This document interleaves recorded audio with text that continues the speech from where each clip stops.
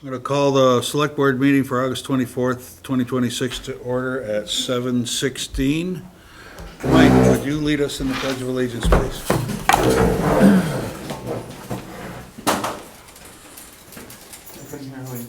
Mike Scottner. Oh, I pledge allegiance to the flag of the United States of America and to the republic for which it stands, one nation, under God, indivisible, with liberty and justice for all.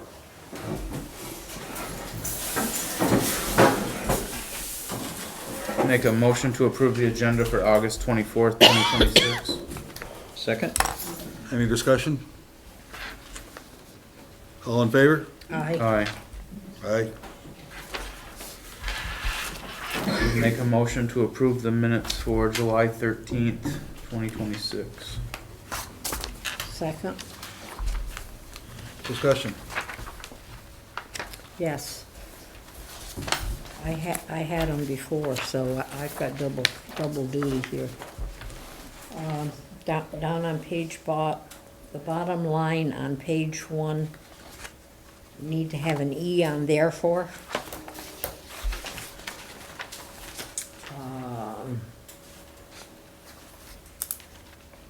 Page 3.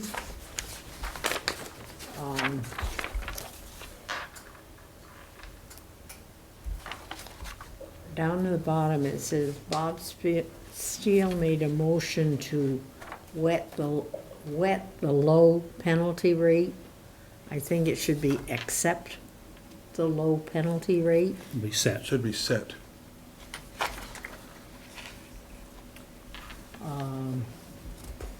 On the next page 4, under public safety, the first paragraph, I think T should be capitalized on fire department ladder truck because it's a particular truck. Down further, it says within 10 comma. I think it should be 10 days.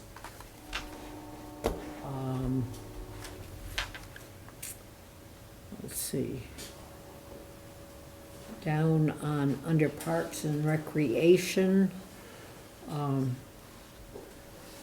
you've got software update. Those don't need to be capitalized.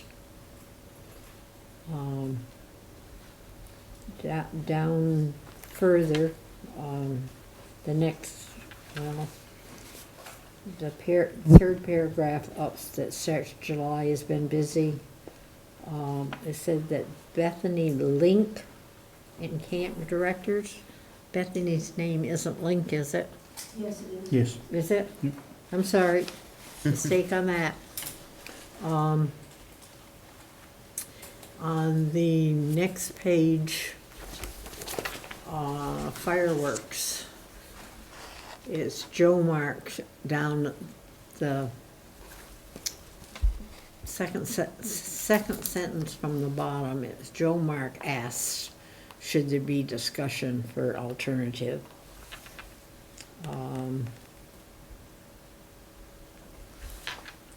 Under recreation center lease agreement finalization,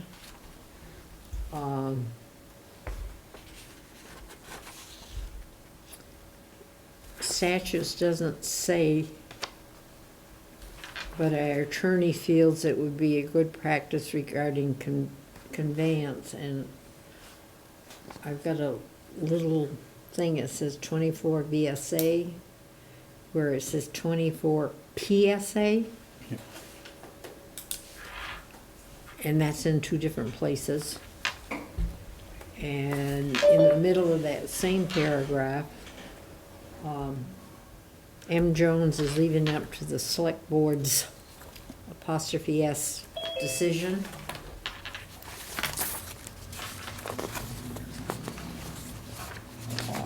On page 6, first full big paragraph, about 8 lines down, it says M. Jones stated that we did buy the culvert. It should be for instead of.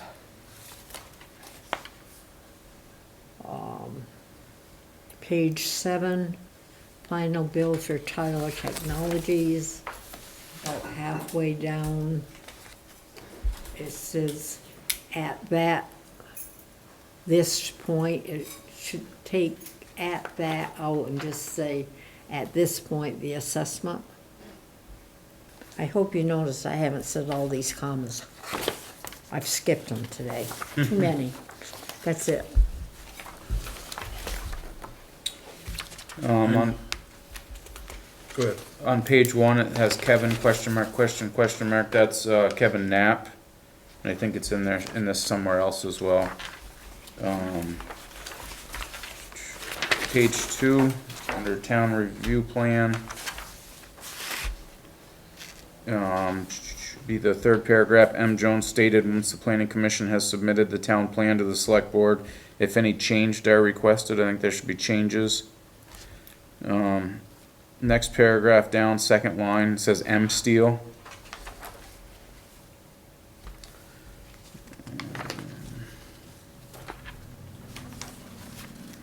Page 5, there's a whole bunch of M Steels in there throughout the whole page.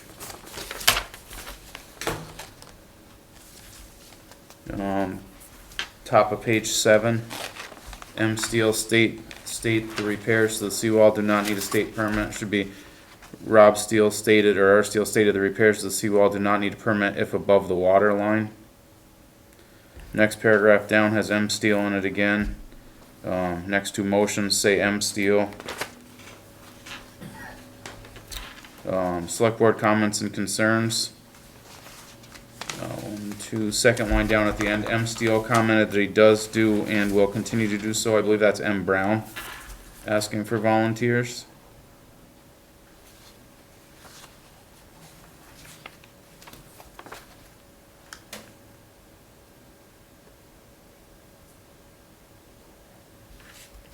I'm confused.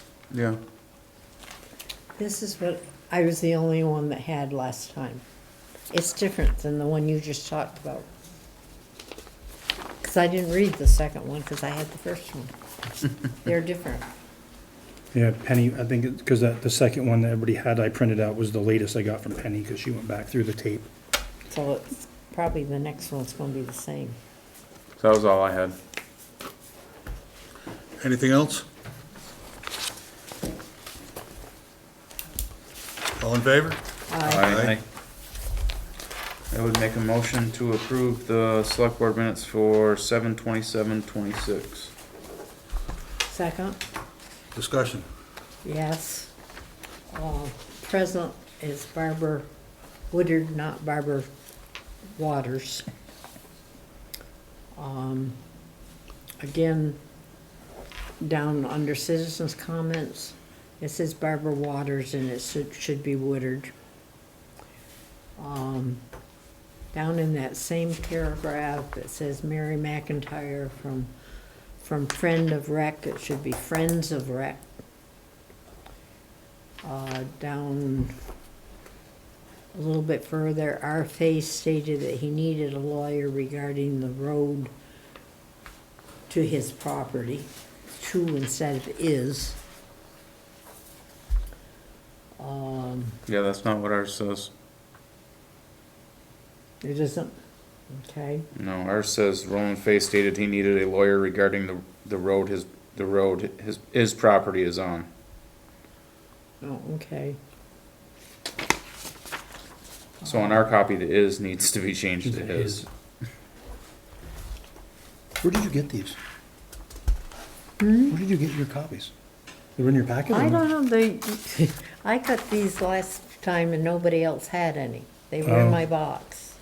Yes, Penny had sent, And so then evidently you've redone them. Penny Yeah, has- They've been updated, Penny yeah. was tasked with And so With finalizing therefore the mine draft. are old. you had a previous version of you had a preliminary draft. So I don't know, you want me to go on or you want me to just quit? No, I would say it wouldn't hurt to continue, because Okay? there's a lot of commonality between the two versions. All right, Probably the punctuation has been corrected, but if there's substance that needs to be I'm not changed. saying anything about commas at the moment. Okay.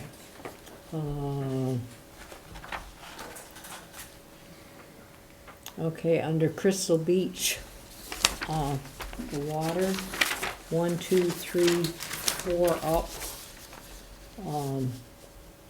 The man who drilled the 2 wells they found, comma, might know where the other is, instead of, because he did so would know, he might know.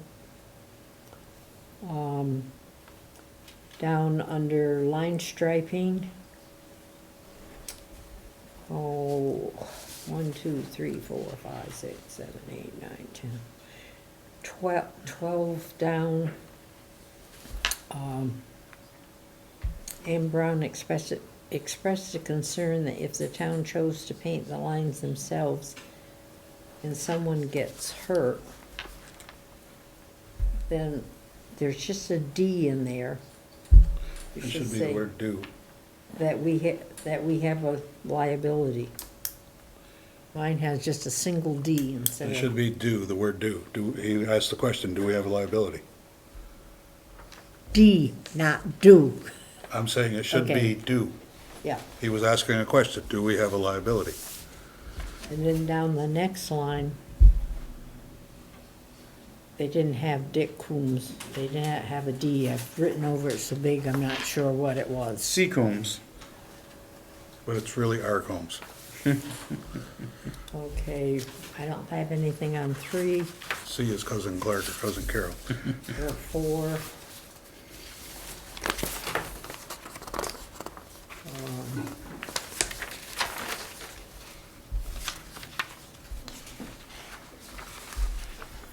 Okay, the only other thing, it's just a question, I guess, is under, just before the purchase orders.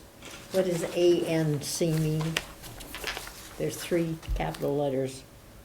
Jim Jones reminded the meeting coming up in August at West Crystal Haven with the state ANR. What's ANR? Agency of Natural Resources. Okay, I just didn't know who that was. Oh, one more. Select board comments and concerns.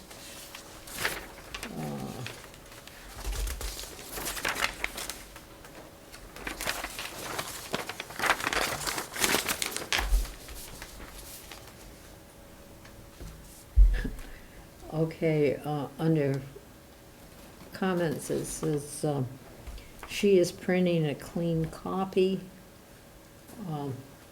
It's the changes that Joe had found.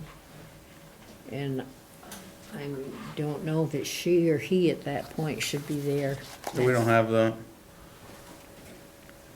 Of course not. That's it. What you got, Rob? And the new one, what have you got? all right, page number 3 on the top, Chief Goyette will talk to Ferguson and Wiles. I think that's supposed to be Lyles. Yes. Okay, police department be first, second, third, 4th paragraph down. 1, 2, 3, 4. 5th line, towards the end of that line, it says out residents are very astute. It should be our residents are very astute. Then the next line down, ever since Comcast vendors were around, I believe that was Fidium vendors that were around, not Comcast. The next, M. Brown asked about the motorhome at Bell Plant.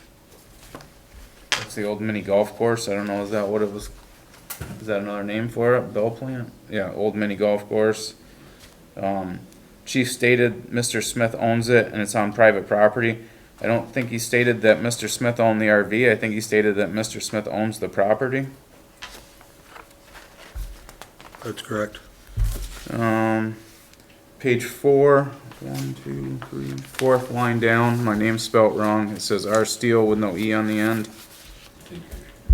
Not that that matters, but. And page 6. Select board comments and concerns. The first comment from Mary Lee Harris, that was from the previous meeting. That was in the previous meeting select board comments. So that needs to go away. The whole paragraph. Correct.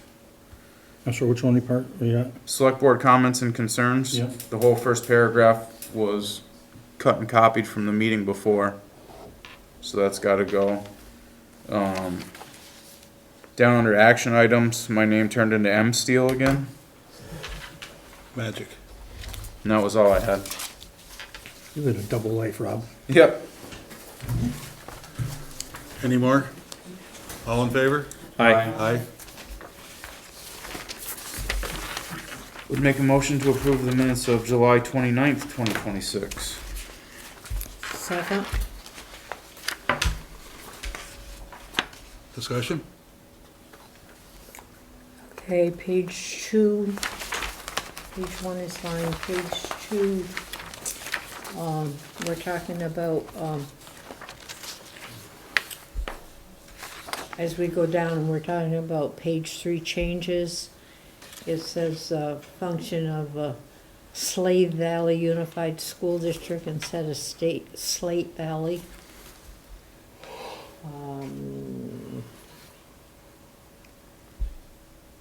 Down 3 lines up, T. Murphy stated, comma, and take that right out. Take that out. If you look at future land use.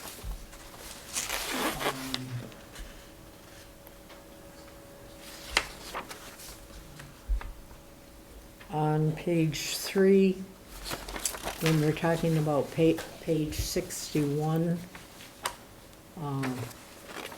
it said M. Skovner asked why wouldn't to change that. I think it says why not change that. Down further for under Coombs and Brown, page 15. The very last line, it feels at this, it should be feels that this standard is already there. Oh, holy cow.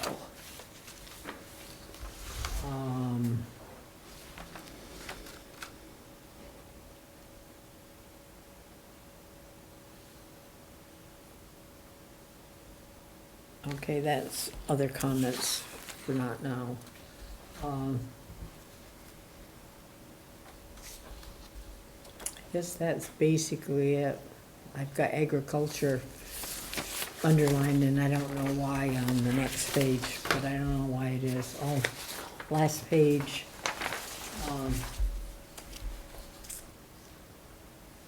Our Steele would like to know if the town clerk has started to count the signatures on the ATV petition. M.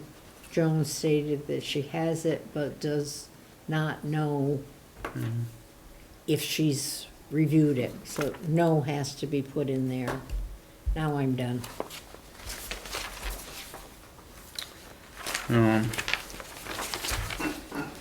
Page 2, the paragraph that starts with page 36, down towards the bottom of that, the third line up, R. Steele, my name is spelled wrong again, no E.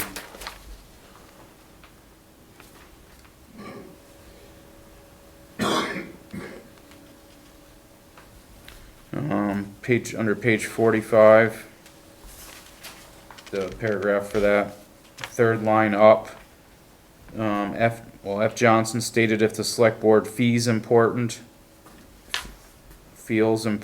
or I don't know, what's that supposed to be? If the select board feels important about something being added, if the select board thinks something important should be added, Feels? feels. Thinks? Select board feels important about something being added. Feels that it is important. Yeah, feels that it is important. Under page 59, 1, 2, 3, 4, 5, 6 lines down in that one. M.L. Harris thought that it was part of the tier 1. I think that should be tier 1B, not just plain tier 1. And that was it. Pretty bad when I don't catch what I say. Anything else? I wasn't at that meeting. Oh, that's right, you were. I was your surrogate, proxy, whatever you call it. All in favor? Aye. Aye. One to go. Make a motion to approve the minutes for August 10th, 2026. Second? Mary Lee? Discussion? Okay. Under approval of the agenda, our steel dash remove donation request is spelt wrong.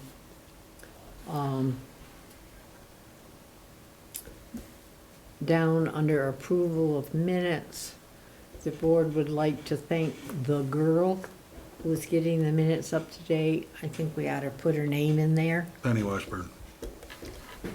And skip the commas, too many of them. On page 2, second line down, most of it probably is going to, there should be a B put in there, BE, based on just private landowners. Down under town office, the second line from the bottom of discussion on homestead payments, it said they, if their, I think it should just leave they right out and say if their household income is.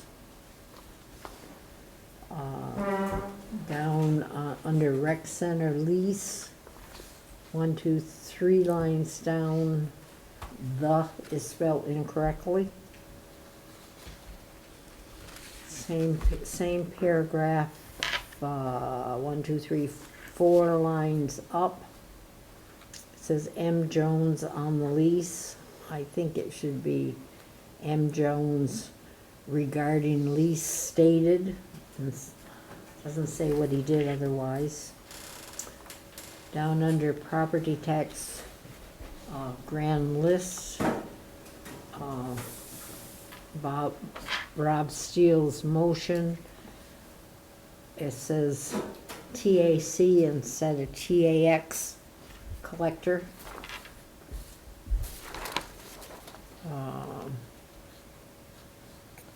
On page 3, the very first line, the second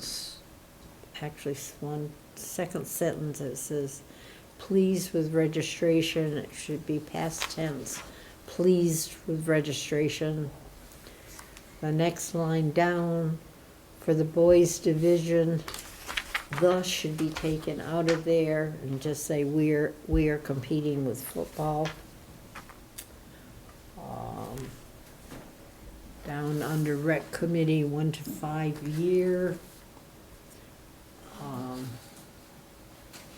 I think it said how M. Barshay responded that he had worked with the committee.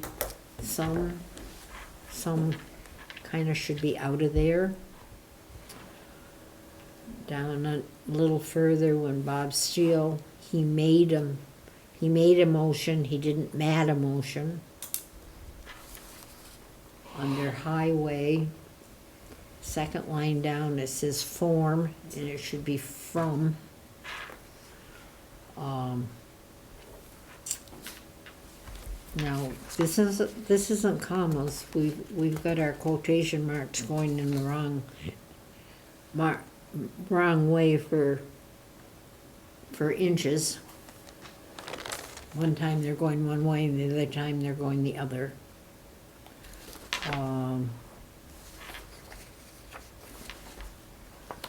The very last line, she put a question mark, voted, and I don't know if we voted or not. The very last word on page 3, she put voted in a. We did vote. We did vote. I don't recall it. I don't think there was any nay votes. No. No, it was Bob unanimous. Bob was on Zoom, I believe, on that one. Okay, on page 4, 1, 2, 3, 4, 5, 6, 7, 8, 9, 10, 11, 12, 13. New is all in caps. It should be just regular. Down a little bit further, it says MJ Davidson instead of just J Davidson.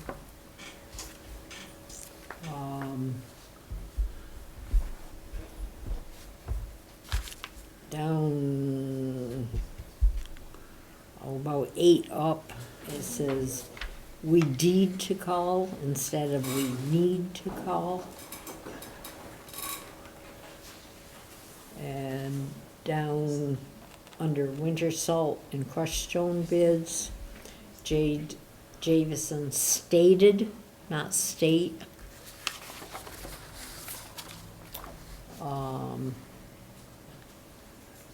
Page 5, under paving, right to begin with, there's an M/Jones.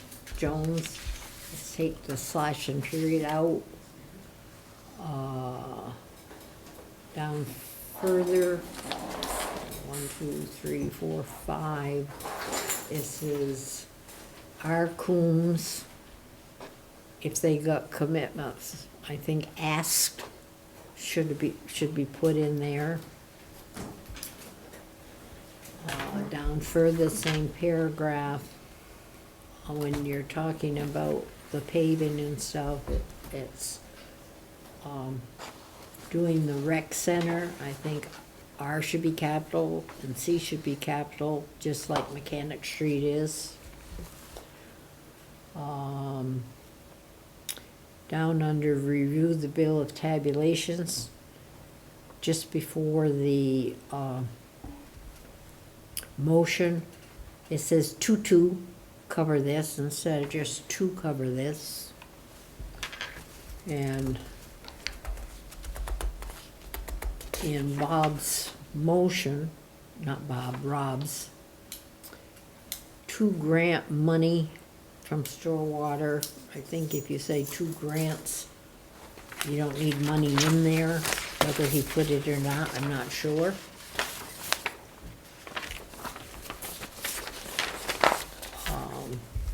Page 7, under comments, it says M. Brown stated with the cost savings.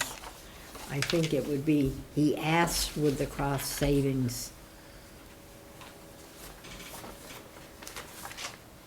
And that seems to be all I have. What do you got, Rob? On page 1, bottom paragraph, 3rd line down, starts out, the engineer was going to discuss the brook projects that they have had. Should say the engineer was going to discuss the Lake Water Action Plan study they did. And then the next sentence, that went from a lakeside action plan and needs to go from a lake watershed action plan to, and ended up going to a broader scope. So that's that.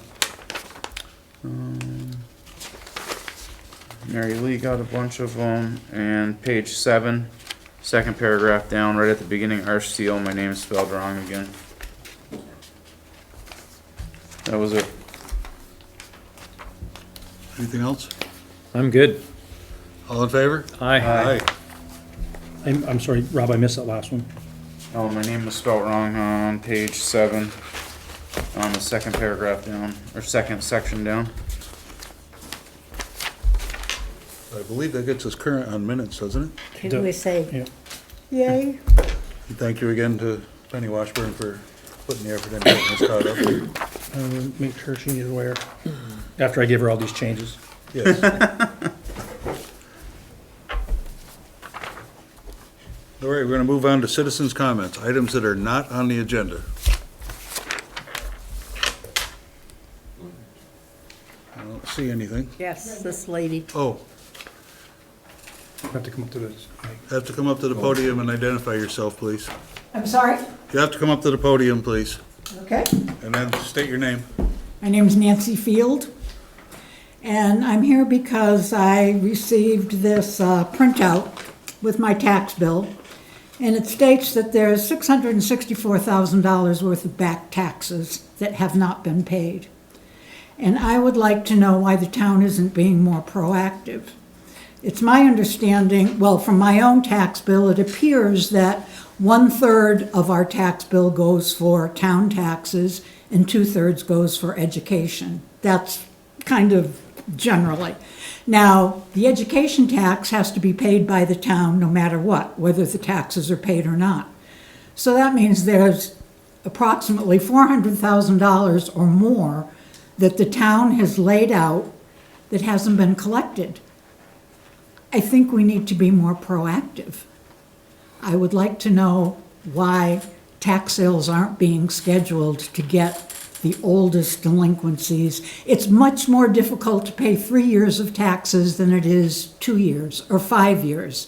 We have a situation in our park where there's like 6 years of taxes that haven't been paid. So I would like to know your thoughts on that situation. We do, I have a hearing issue, so. we do contact delinquent taxpayers every year and attempt very aggressively to come up with a payment plan for them so they can get current. We have sold one property this year. One property was sold at tax rate, or at tax sale this year, and there was one that was redeemed at just barely the nick of time, where they got current on it. Are they totally current? No. Well, you can, So Nancy, the attorney that we use currently will not do more than 12 tax sales at a time. Which is understandable. There's so many notices that have to go out, and there's such a lot of criteria that you have to keep up with. That's understandable. Yeah, and that's really where we're at. So we pick the ones that are in the worst shape and we put those forth. So we still have some that have lesser amounts. They still meet the criteria under the tax sale policy, but a lot of them have, and I don't have a number to give you, off the top of my head, that people have made payment plans on. So even though they show delinquent, they have a written agreement with us to pay so much a month to catch up. Okay. And it says there are 25 plus properties that are eligible for a tax sale. And it seems It to does me. become a very difficult thing. Excuse me? It becomes a very difficult thing to make a decision that you're going to sell a person's home and put them out. Understandable. So I get that this is a burden on the community, and the town manager works really, really hard to make payment plans with people. And sometimes they work out and sometimes they don't, but we go back and try again. To sell someone's home is a really, really last ditch up against the wall effort. I understand that it puts a burden on the people that are paying their taxes on Right, time. we're all paying for. It does, but you still have to have compassion. Sometimes these situations are really difficult. I can appreciate that, but sometimes a real jab gets things moving more than, please pay, There's a lot of real please jobs, pay. there really are. They get quarterly and annual letters from the town, which we don't publicize and tell everybody what we put in letters, but we're trying to collect from them and work with them to get them caught up. Most of the people that are on that list have been on payment plans. They're not always successful, but we try again because, that last ditch effort, we've made that decision here and boy, it's hard. It's hard because these aren't people that just bought a new car and decided not to pay their taxes. They're really in a difficult situation. And when it comes down to that time when you go, I guess we're going to put our neighbors out of their house, you put it off for another meeting. It's a hard thing to do. Nobody wants to do that. It's rare that we go back a second time. Really what if they miss a payment, we get on them saying, hey, you missed a payment, it's gonna not get better. And we might extend it by a month or 2 months to let them have that extra time to pay. But typically when they don't make a payment or they fail a payment plan, they don't get a second chance. We might extend it for a couple months or so, but we don't usually go back and say, we'll start over again. So you are right, and we are working on it. I do think we need to look at that list again that you had given us a month or so, or 2 meetings ago, I guess. Cause I don't know if we put any up from that list or not, if we've moved on any of those ones yet. If you received a list, there's nothing new that went on, because the stuff that went on the tax sale, we started that last year. It just so they got a year to redeem unless there's federal stuff involved with it, liens, but it takes a year, so when we're using that one attorney, they don't want to start another one until they complete one. So it might be time that we find an attorney that will take on more, or use 2 attorneys.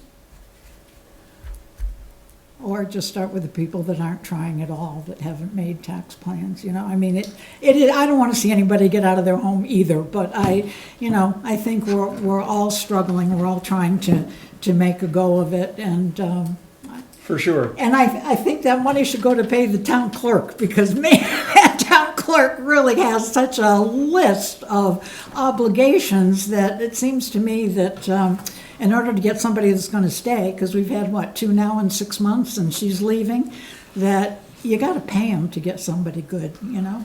Well, let me correct you on that, because she's not leaving because of pay, she's leaving because she just wants to not work anymore. She said, I want to retire, I don't want to have No, any I'm work. not saying she's leaving because of the pay, I'm saying to get somebody new, make it more attractive. Okay, thank you. Thank you. Anything else for citizens' comments? Yeah, I'd like to follow up. My name's Gary Booton. I'd like to follow up just one thing. The town manager mentioned a tax sale policy. I'd like to look at that tax sale policy. Is that available to a member of the public? It's on our website under It is. forms and documents. Okay. Yep. So I can find it there. Yes. That's all I wanted to know. Thank you. And any of the town policies, if you request a hard copy from the town office, we'll provide you one. Thank you. Anything else for citizens' comments?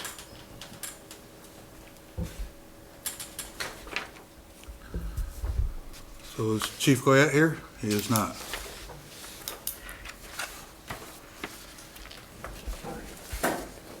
Sorry, he's here. Oh, I'm sorry. Chief. Chief Goyette is not here. Wrong chief. The big thing on the wildland firefighting equipment grant, I think you're well aware that there's a copy in there that we received that grant. We've already got all the items purchased, and we're we'll seek our 50%, or 50% cost share back. They ordered wildland shirt and pants is what they really ordered this year. And they didn't have enough money. They had to order 2 additional sets that won't be on the grant capability. But what a difference that makes versus being in bunker gear. Who did this grant, Mike? This one was a collaboration because it's pretty much an automatic thing. Joe does the accounting part of it. I do the administrative part of it. Well, I appreciate you doing it.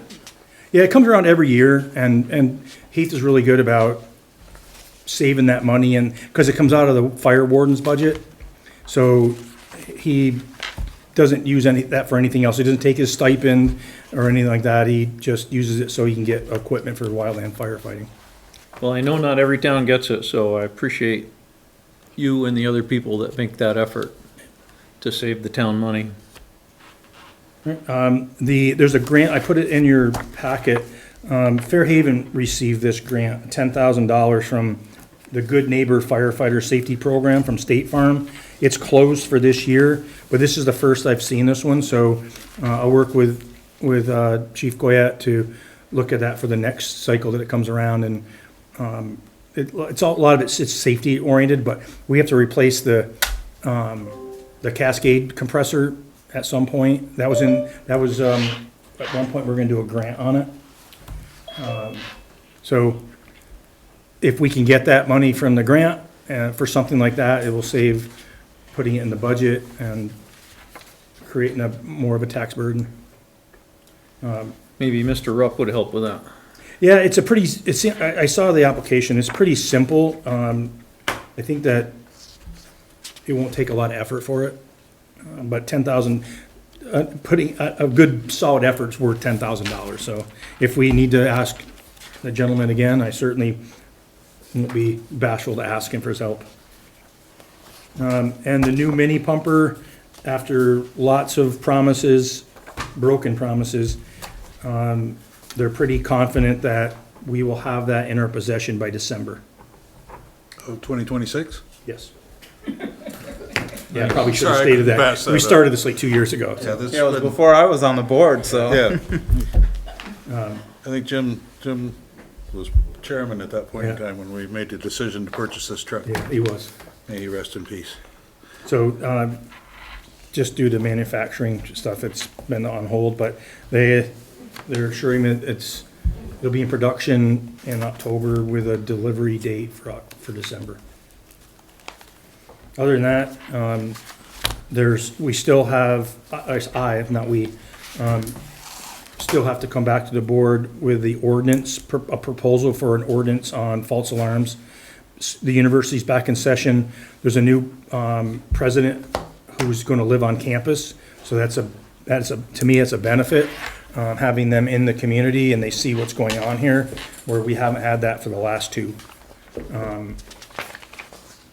I was talking to Joe Mark today. I said, now that she's on campus, I'll reach out to Woodruff Hall and set up a time to meet with her, just do a meet and greet, but that ordinance will, I'd love to have it in effect now, so when I talk to her, I probably wouldn't do that on the first meeting either, but have a subsequent meeting to discuss the burden that the students put on the fire and police department when these false alarms keep happening for burnt popcorn and stuff like that, so. I will work to get that thing done. Good. Because the ordinance will allow, I know that the university can in turn charge the student for, if they do something that gets a violation, the university gets a violation or a fee from us, they can charge that off to the student. We can't obviously tell them to do that or how to do it, but I will mention it in the conversation. How many times did we get up at 2 o'clock on Tuesday morning to go A lot. because a student made a poor choice? Well, one of the safety concern here is, because I was also one of those people that got up Yeah, at 2 o'clock in the morning.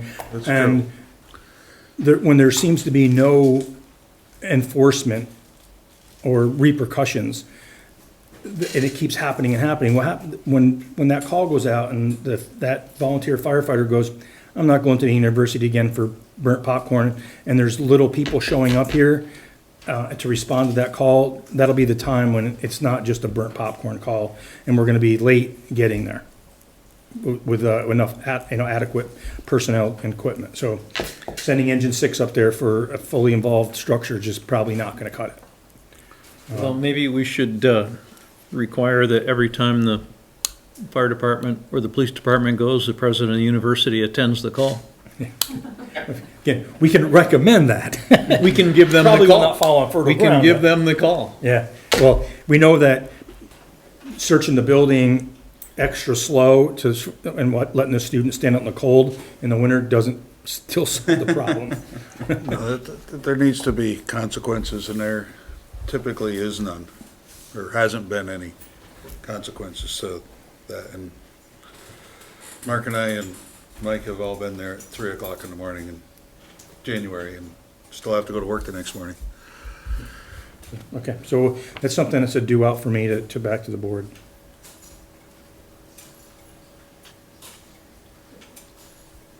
Okay, Chief Mantello, you're up.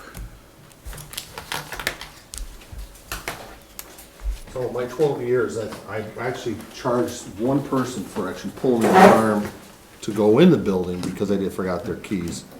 And that's actually a criminal offense, but other stuff I can't help you with.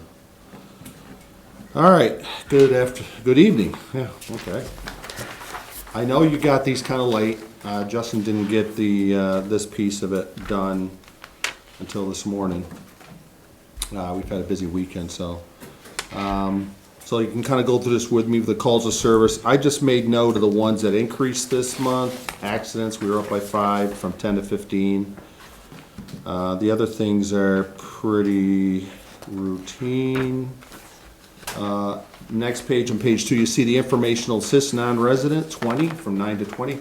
So those are those calls, or people stop by that are not residents in the town, that are looking for information, or they think that we can investigate a crime in Poultney, and so on and so on. So that's more information to them on how to get that process going. Big increase in the summer. We have a lot of people walking in. Medical emergencies went up by 6. Suspicious person circumstances up by 7 because it's summertime and there's all sorts of people. By the way, that camper that's out there is a friend of Howard and Christine, and he's supposed to be leaving by September. But he's got permission to be there, that person. For the tape, that's the one at the golf. The golf, the old driving range. Traffic stops up. We did some really good enforcement this month, up over double what we did last month. So calls were up on the average, just 10 over, 763. Go down to criminal arrest. If you look through there, we had 8 in July, down about 3. Traffic violations went up because we stopped more cars. You can see that in the next page. Calls of service at Castleton University, nothing in July at all. So the school is in session now. They just had the orientation on Friday. They all started coming last week, so they are here for the week. They got about 750 students on campus. They're down about 50 compared to last year at this point. So you see a lot. This weekend was a lot of parents up too. Back up. Provided by us. You see that we did Fairhaven 5 times, Hubbardton, which would be state police, once. And then that goes, you can see where the backup provided to us in July and who they were. Any questions on that stuff? Okay, I want to go over a couple things. So we've had a real busy summer for a lot of things going on. Just a lot. We've just had a lot of domestics, a lot of stuff going on. We've been real busy. One of the things that I'm trying to fill is as the animal control officer. So Mike hand in resignation, he's just he's available, but until we find somebody.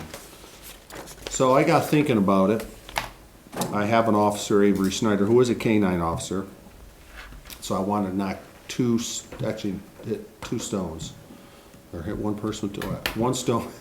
What's the saying go? Kill 2 birds with 1 stone. There you go. Kill 2 birds with 1 stone. So she was willing to take that position. There's a lot of advantages. Not only for her, but because she is a certified level 3 officer.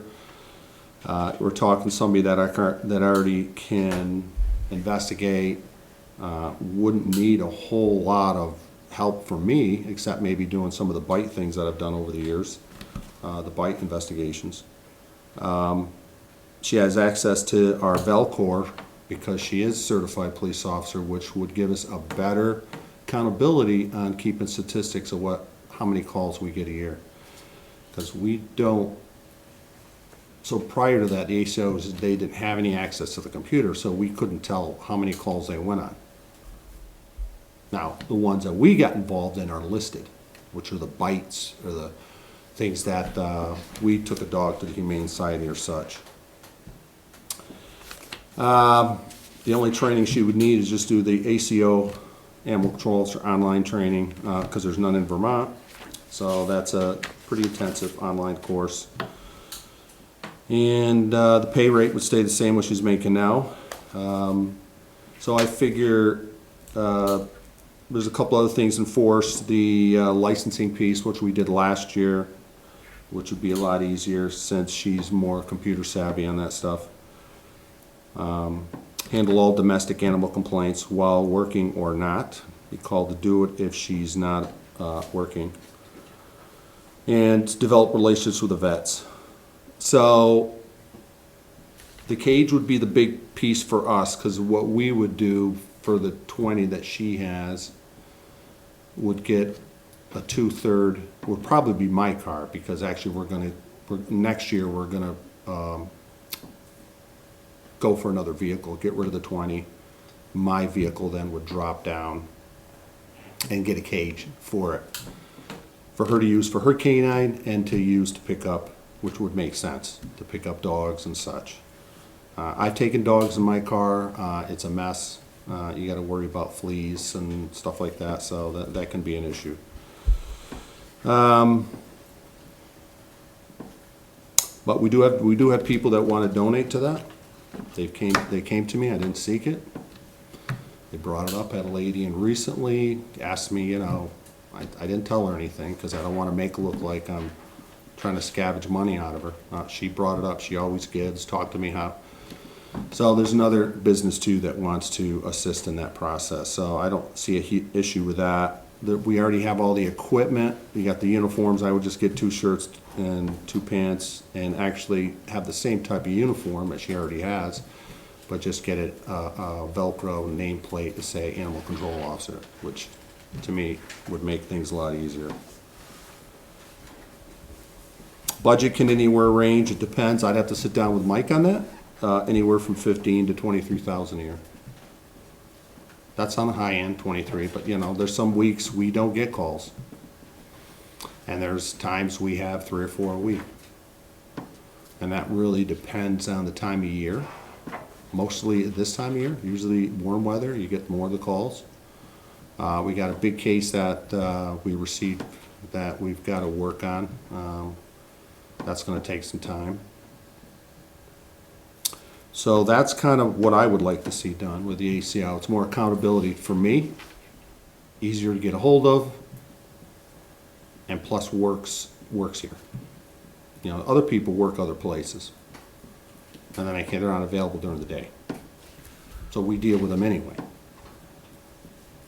That's my proposal. Where does she live? She lives in, that's a good question, isn't it? I don't know, I think it's close to Whiting. So off Route 30, just take Route 30 up past 73, where Whiting is up there, where it turns in. And you said the budget for this would, Well, the budget's not that now. This is something that I would like to see. you'd like to next year. see, Next year, for sure. But in the meantime, we still have to fill that position.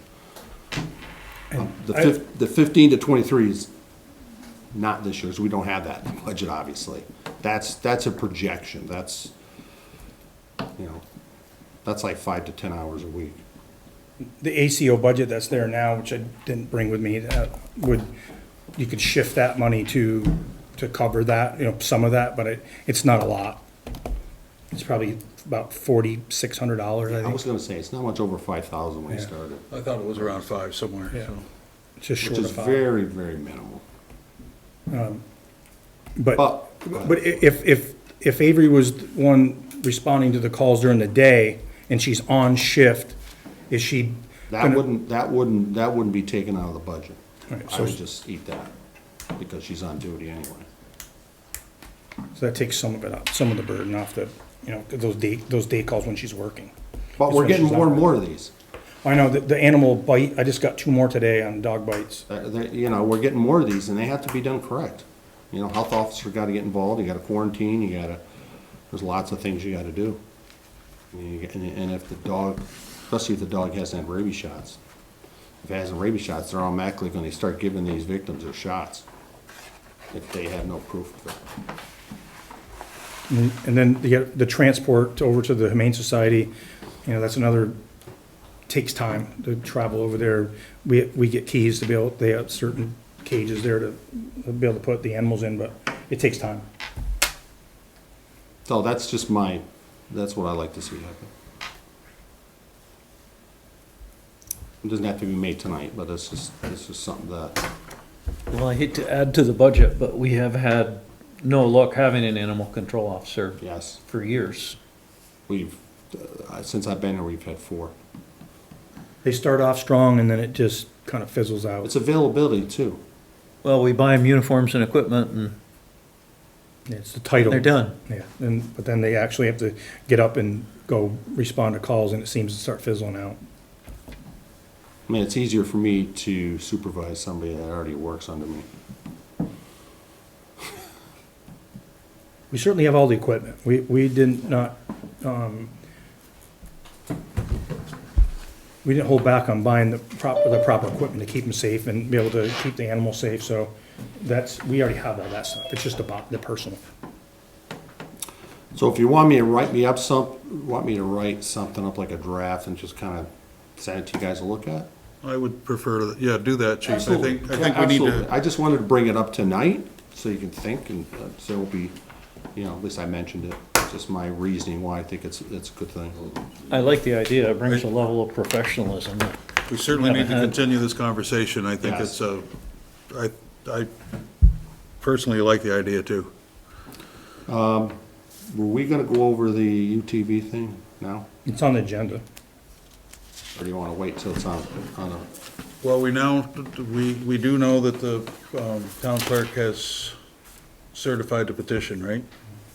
Yes. And this board had agreed that we would put it on the ballot in March. So we probably have to have some sort of at least a draft, a good idea of what we're gonna propose. so I handed out all our streets. It'd be like close to 70.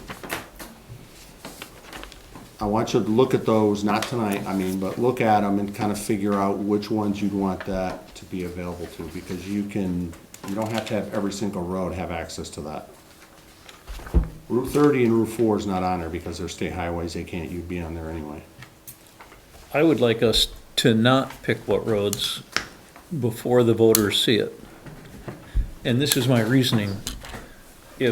Let's just say we decide that Blissville Road, ATVs are fine, but that's the only road in town. I think it would overwhelmingly pass, because it doesn't affect very many people. Right? If you live on Birdseye Road, and you go, I don't care if there's ATVs on Blissville Road. They already it doesn't ride them on affect-" Birdseye anyway. Pardon me? They already ride them on Birdseye. And Piontek. I know. But do you see what I'm saying? Yes. If we're gonna ask the voters to say, hey, are you in favor of having ATV use on roads in Castleton? They should be facing the possibility that it's on their road.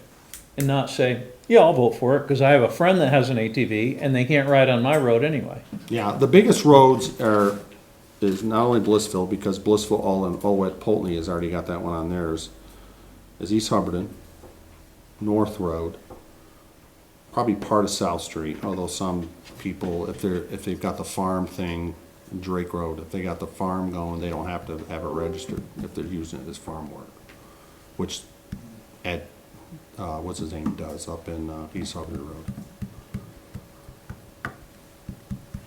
So anyway, those are just, I don't know how well you want to get. I do have a copy of the Poultney's one. I've looked at a couple other ones like I did way back, town of Newport. I've talked to people from different things, some say it's really good. The problem that we have is because we have 2 intersecting state highways. And they can't use the Vast Trail. Vast won't let them.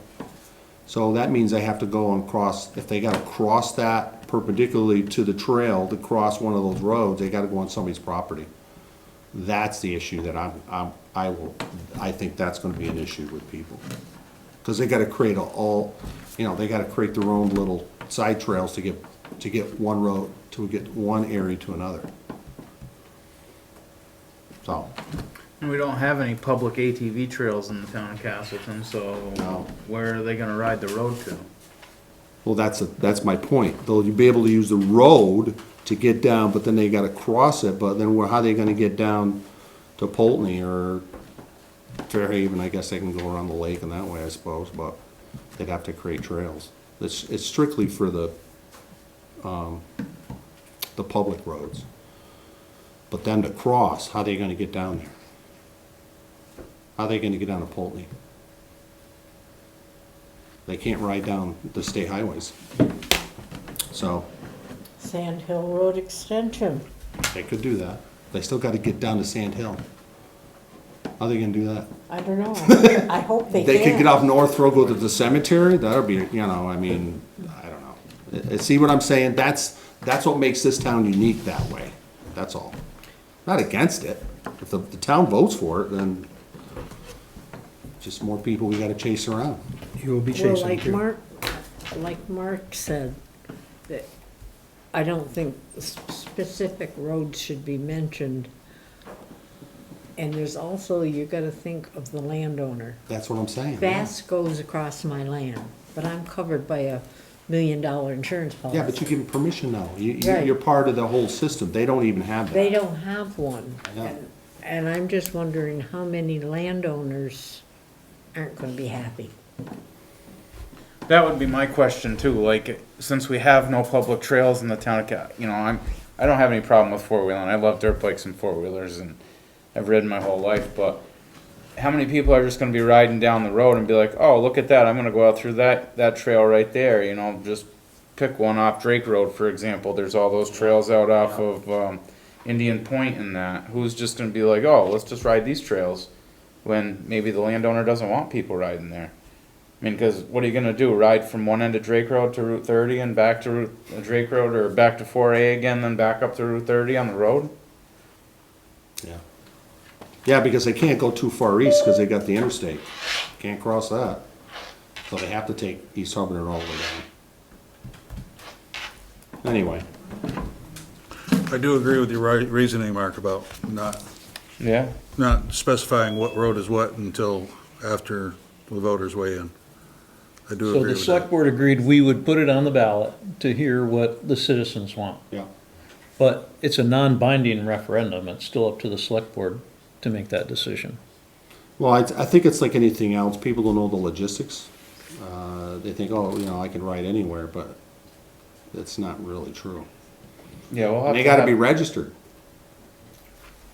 They gotta be registered And insured. and insured and inspected, just like a regular vehicle. And you have to have a driver's license. Correct? Helmet? No? No?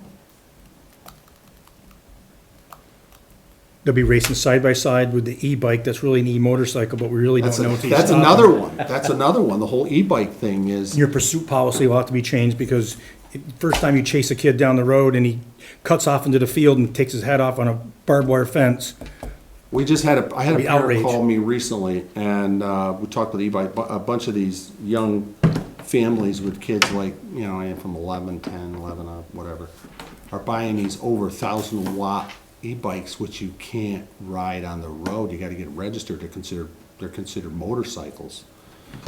Under Vermont law, they have 3 classes. The highest they can go is 1,000 watts. Anything above that, so the parent called me and said, yeah, my friend's got like a 2,000 watt. I said, it's illegal. So that's the newest thing that's going on. They're buying, they look like little dirt bikes. They're not the pedal. They're not the ones that look like you see normal. These are like motors in them that look like motorcycles. But they're like 2,000-3,000 watts. So that's another thing we're gonna have to deal with. Why don't you provide us with a copy of, or ask Mike to provide us with a copy of the Pulteney ordinance, so we have, at least we can I look got it at right it. here. And, I'm not gonna, you know. No, I go know. over it I'll give it to tonight, him that he can copy it. Yeah, and then, the board can look at it, and one more thing to think about Sure. is we have to decide just how we wanna craft that article that goes into the town warning too. So, I'll draft what I have for the ACO, and then, we'll wait on this. Certainly, thank you, chief. Yeah, thank you. Thanks, Pete. Okay, Mike, let's talk about a generator at the Legion. Just an update that the generator was repaired at the Legion, tested, and it works. I did have a discussion with a local repair person if they would start doing our generators that are not trailer mounted and don't run on diesel, the propane ones, and said they would. Matter of fact, they've already checked out one of them for me, and the one right here, no, over there at the fire station. And even, they were doing services on them annually from the other company. And that thing had 24 hours on it over the last year. And he said, the oil looks brand new, like, no, it's not dirty at all. Do you want me to change it all out? And I'm like, no, I want you to give me something assurance that it's in good shape. And he said, I'd rather do that than charge you all that money to change the oil for something that ran for 24 hours. It's not cloudy, there's no water in it, it looks clean. So it's, in the long run, it's gonna be better off for us to have, first, a local person that can respond quickly and when we need it. And two, we're not getting charged that $230 travel fee from the other company to come down here. That's just a flat fee. So, I just want to draft a contract up with him so that we have something in place that covers us and protects him as well. But I think in the long, we still have to get the trailer mounted generator serviced and the big one at the plant. But the propane powered smaller ones at our pump stations and our buildings, we can have done locally. Great. That was the direction we wanted to head in, so thank you for getting that done. Red Cross sheltering training, we have that scheduled in September at the American Legion Post 50. And that will be for our internal team, but it's extended to neighboring towns. And in your packet, I gave you building Castleton's emergency shelter volunteer team.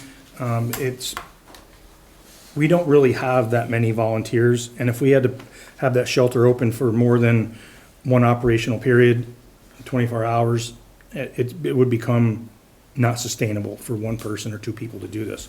So I want to craft up a letter, this was the start of it, to our residents to see if anybody be willing to volunteer, get some training, and be on the call list in case we ever had to open up the shelter for more than just the heating or cooling and warming shelters.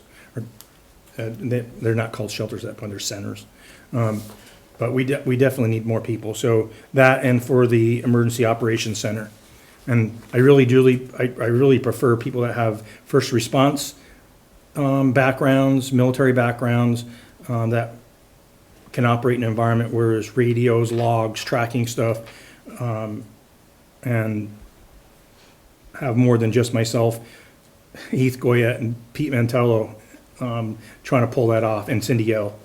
So that's why I'll put a message out to the public on that, looking for some volunteers.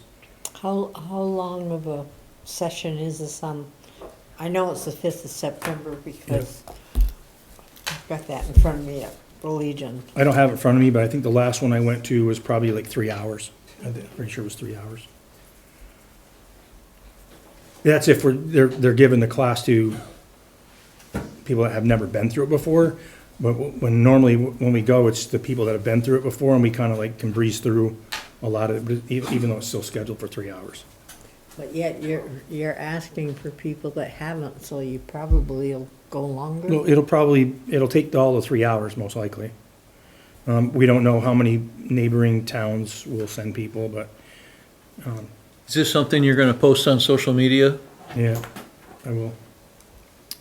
I don't know how far, I mean, the social media we use now, I like to get the word out in other venues that people use. I'm not an Instagram and that user, so we typically use Facebook, or Front Porch Forum, and our website. It might be worth putting it in the paper. I'm not sure how many people still read the paper, but there are people out there. Roy's paper. Definitely Roy's paper. He said he'd do it for free. He has more readers than the Herald. That's pretty much a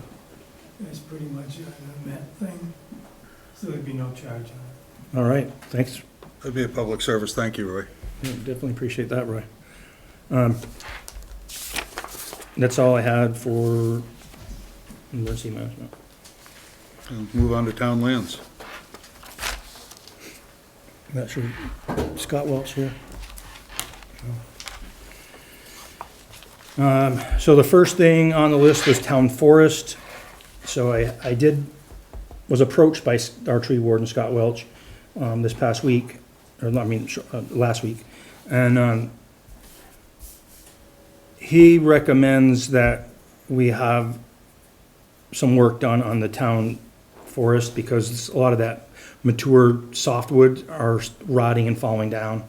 And then it's gonna get to a point where nobody's gonna wanna go in there. It's gonna become such a tangled mess.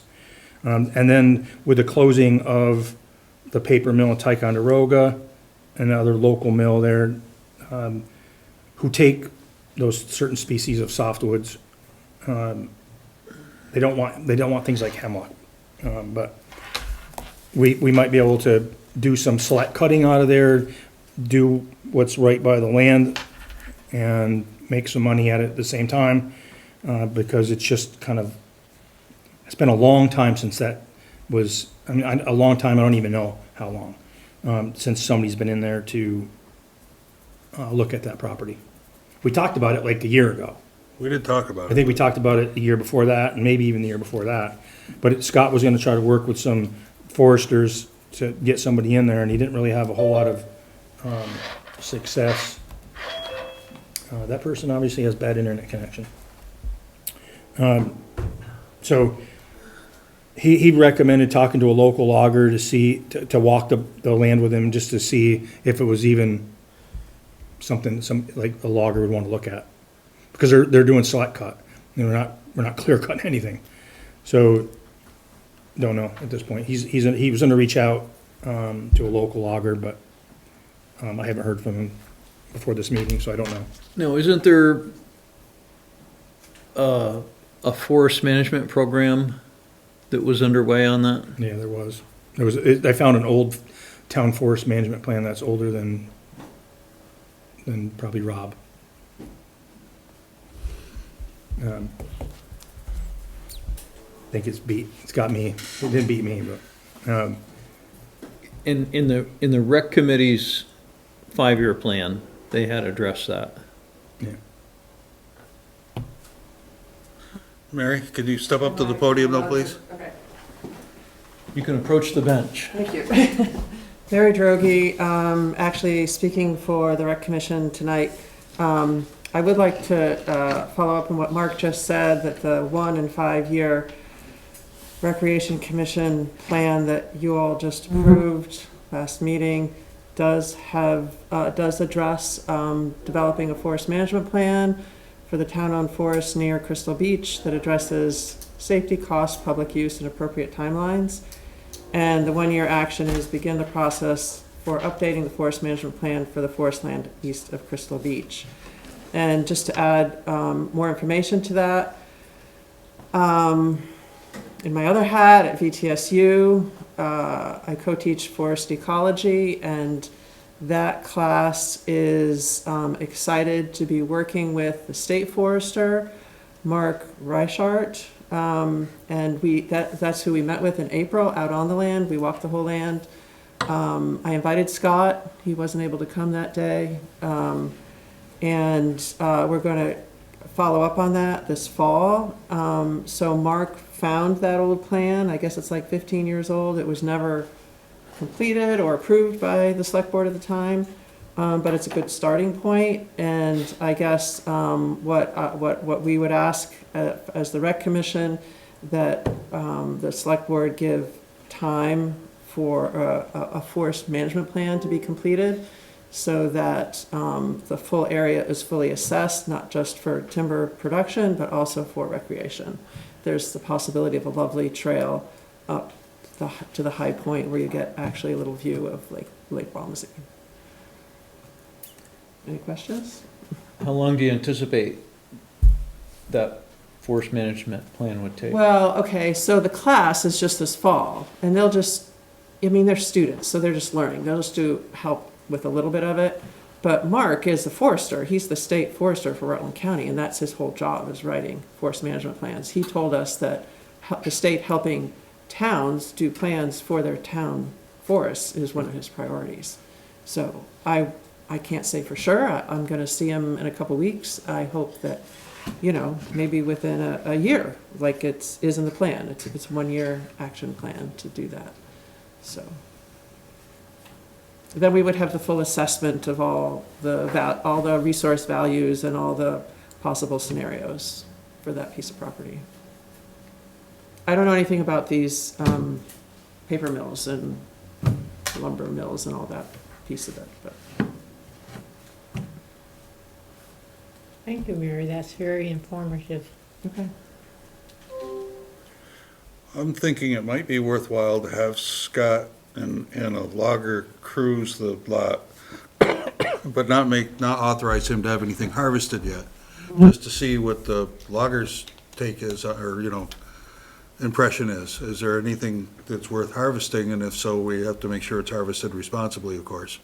But at least find out if there's an answer to that question before we, I mean, the forester will also do that as well. Right. A logger usually follows a forest management plan. agreed. That's the normal. So maybe I've got the process. tail wagging the dog, but I think it wouldn't hurt to have a logger look at it if Scott and a logger wanted to go take a look and then come back to the select board and tell me what they found. And then we can coordinate with you and the forester to see just what the next step should be. I mean, if he wants to go in there and cut, 50,000 board feet of lumber, that's a lot of trees. But if it's not worth doing, then we need to know that as well. Because it may be a logger look at it and say, no, there's nothing, it's not cost effective for me to harvest any timber here. And then we know that, and then the forester can decide just what we should be doing up there. And I also don't want to take the tree warden out of the mix of talking with the town forest, or the forester either, because he is a tree warden, and I don't think it'd be kind of a slap in his face if we don't include him in there. Well, I did include him. No, I'm not saying you, I'm talking about talking to the forester, reaching out to him, and so I wasn't implying that, Mary. That's what I would like to see as well. Yeah, if they're gonna walk it with a logger, it'd be preferable to see Scott, the logger, and the forester up in there, all three of them to go through it. That would be my first choice. Because the forester's plan could be significantly different than somebody that's looking at turning the wood for a profit. Exactly. Yeah, and there could be animals or whatever that become part of this, the considerations as well. Yeah, wildlife habitat and also recreation potential. Yeah, Which yeah, the might potential for conflict with recreation would be, logging. Yeah. Let's make some ATV trails up there. yeah. Not necessarily my first choice, a nice hiking trail. It's very steep, actually, so I don't even, there was talk of mountain bike trails, and I don't even think that's realistic. I think it'd be a hiking trail. I've ridden dirt bikes in there plenty of times. Okay, well, Can you provide me with it's the, very expensive to make a well-made mountain bike trail. It's like thousands of dollars. Mary, can you provide me with the forester's contact information? Sure. And then I'll feel him out and see how aggressive he thinks we ought to be about this.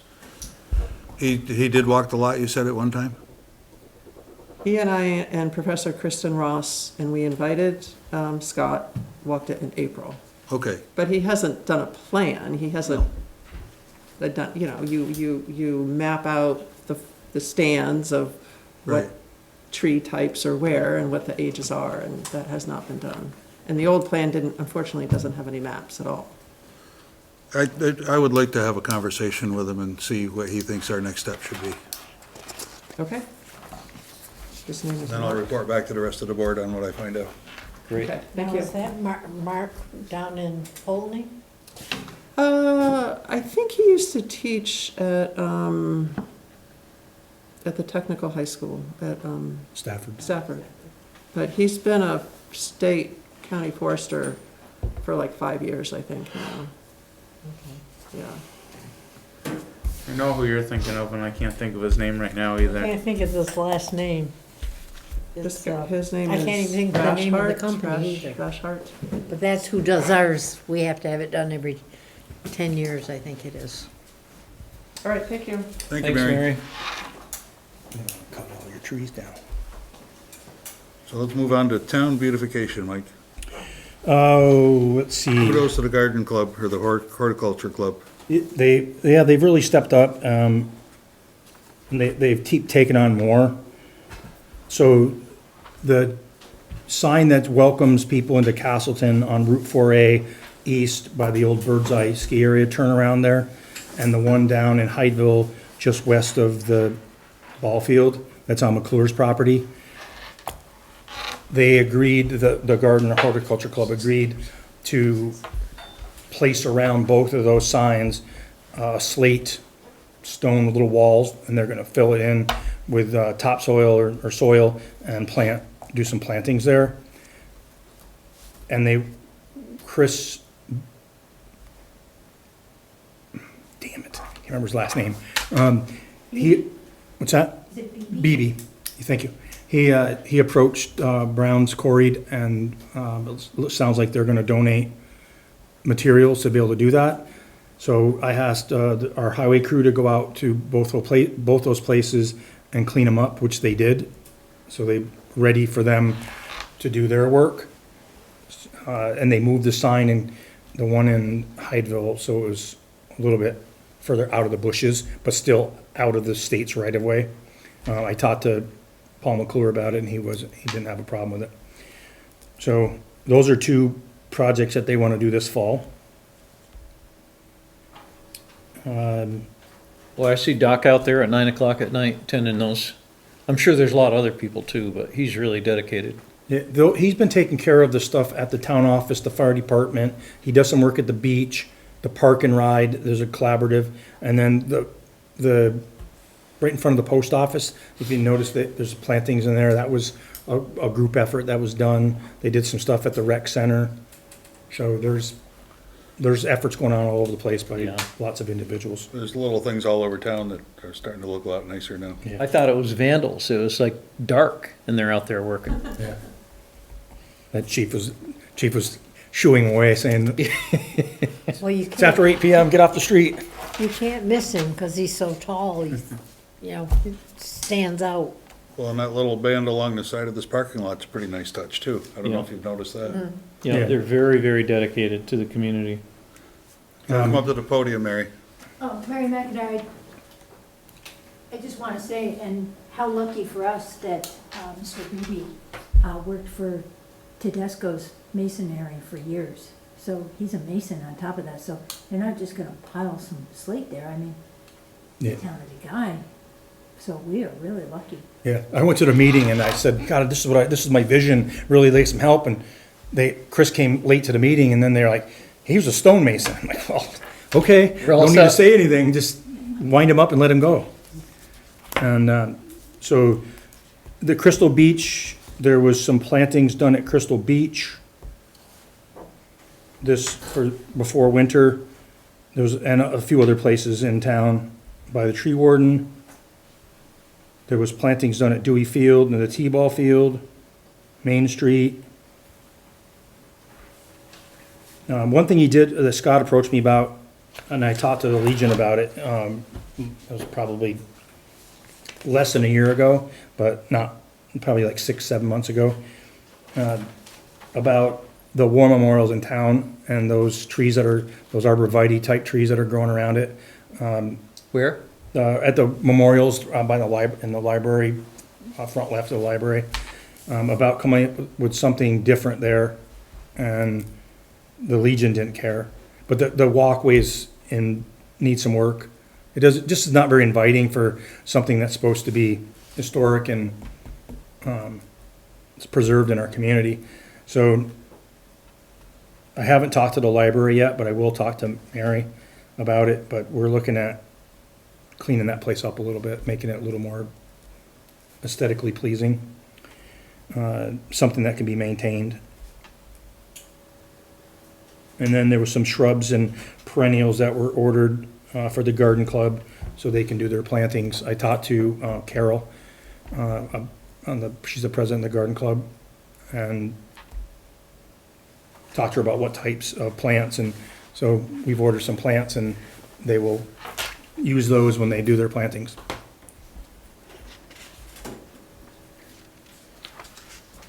That was it for Beautification. Oh, I put in the report that the tree warden and one of the highway crew reps have been going around watering the trees that is planted daily, so, they're being taken care of. So do you want to talk about the other 2 items on Crystal Beach? Or 3 items? So the investigation on the well, so, when we found 2 wells up there, I don't know if the beach crew has got around to cleaning out the pipe, the casing, because there was a bunch of sticks and stuff put down inside there, so they gotta get that cleaned out. I haven't followed up with them to see if they've got that ready for Parker to come back and test the gallons per minute. Before, he said that's the best thing to do before you send any samples out to be tested, because if it's not gonna produce anything, then no sense of wasting the money to do that. So this is a follow-up I have to do. The snack shack maintenance, I did talk to Martha about rehabilitating the snack shack. I just wanna keep that foot down on the gas on that, because there's some stuff that needs to be done before winter.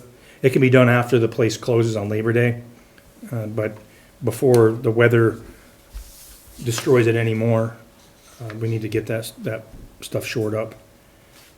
And then the unauthorized activities, installation of signs, devices, and other public activities.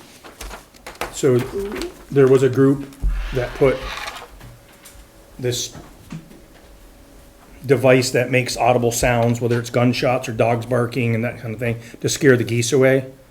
I had not a pleasant exchange on email with one of the people, basically saying you need to talk to the beach supervisor before you just go ahead and go on the land and do what you want. And I didn't put it in that so curtly, but then they ended up being up there anyway. And then they're not there. Martha come down and said someone took it. So I don't know if they took it or if someone else took it. But what I didn't want was not have Martha be involved with this. Right. And if people are moving around and it's setting it off during the day and it's making dog barking sounds and gunshot sounds and stuff like that, that we get complaints about it, and we didn't even authorize it to be there. Right. And then the other thing was a sign got put up there, and Martha came and talked to me about it and said that nobody approached her, and they just put the sign up. And for the life of me, I can't figure out what it was now, but, I think it had something to do with pets, but again, didn't talk to the beach supervisor and just started doing, it seems to be, they wanna do some good things, but they're not going through the proper procedures to do it. So Martha was gonna talk to one of the individuals about it. Good. And the activities is, they wanted to have a sand building contest, and, well, if anybody knows up there that sand that's on that beach is not very deep, the finer sand. And besides that, if somebody comes in there and does a sand building contest, they're gonna take up space and Martha knew nothing about it. And so it got waylaid, postponed, and never happened that I'm aware of, but that's the kind of stuff that just starting to creep in, and trying to get ahead of it. Good. They should volunteer to be on the rec commission, not doing clandestine things. All right, that was it.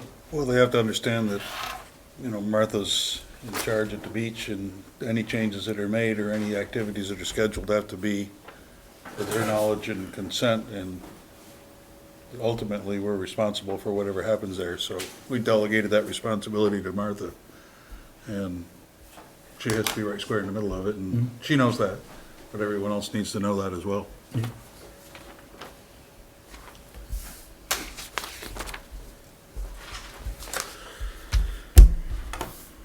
Let's talk about plow blades and shoes.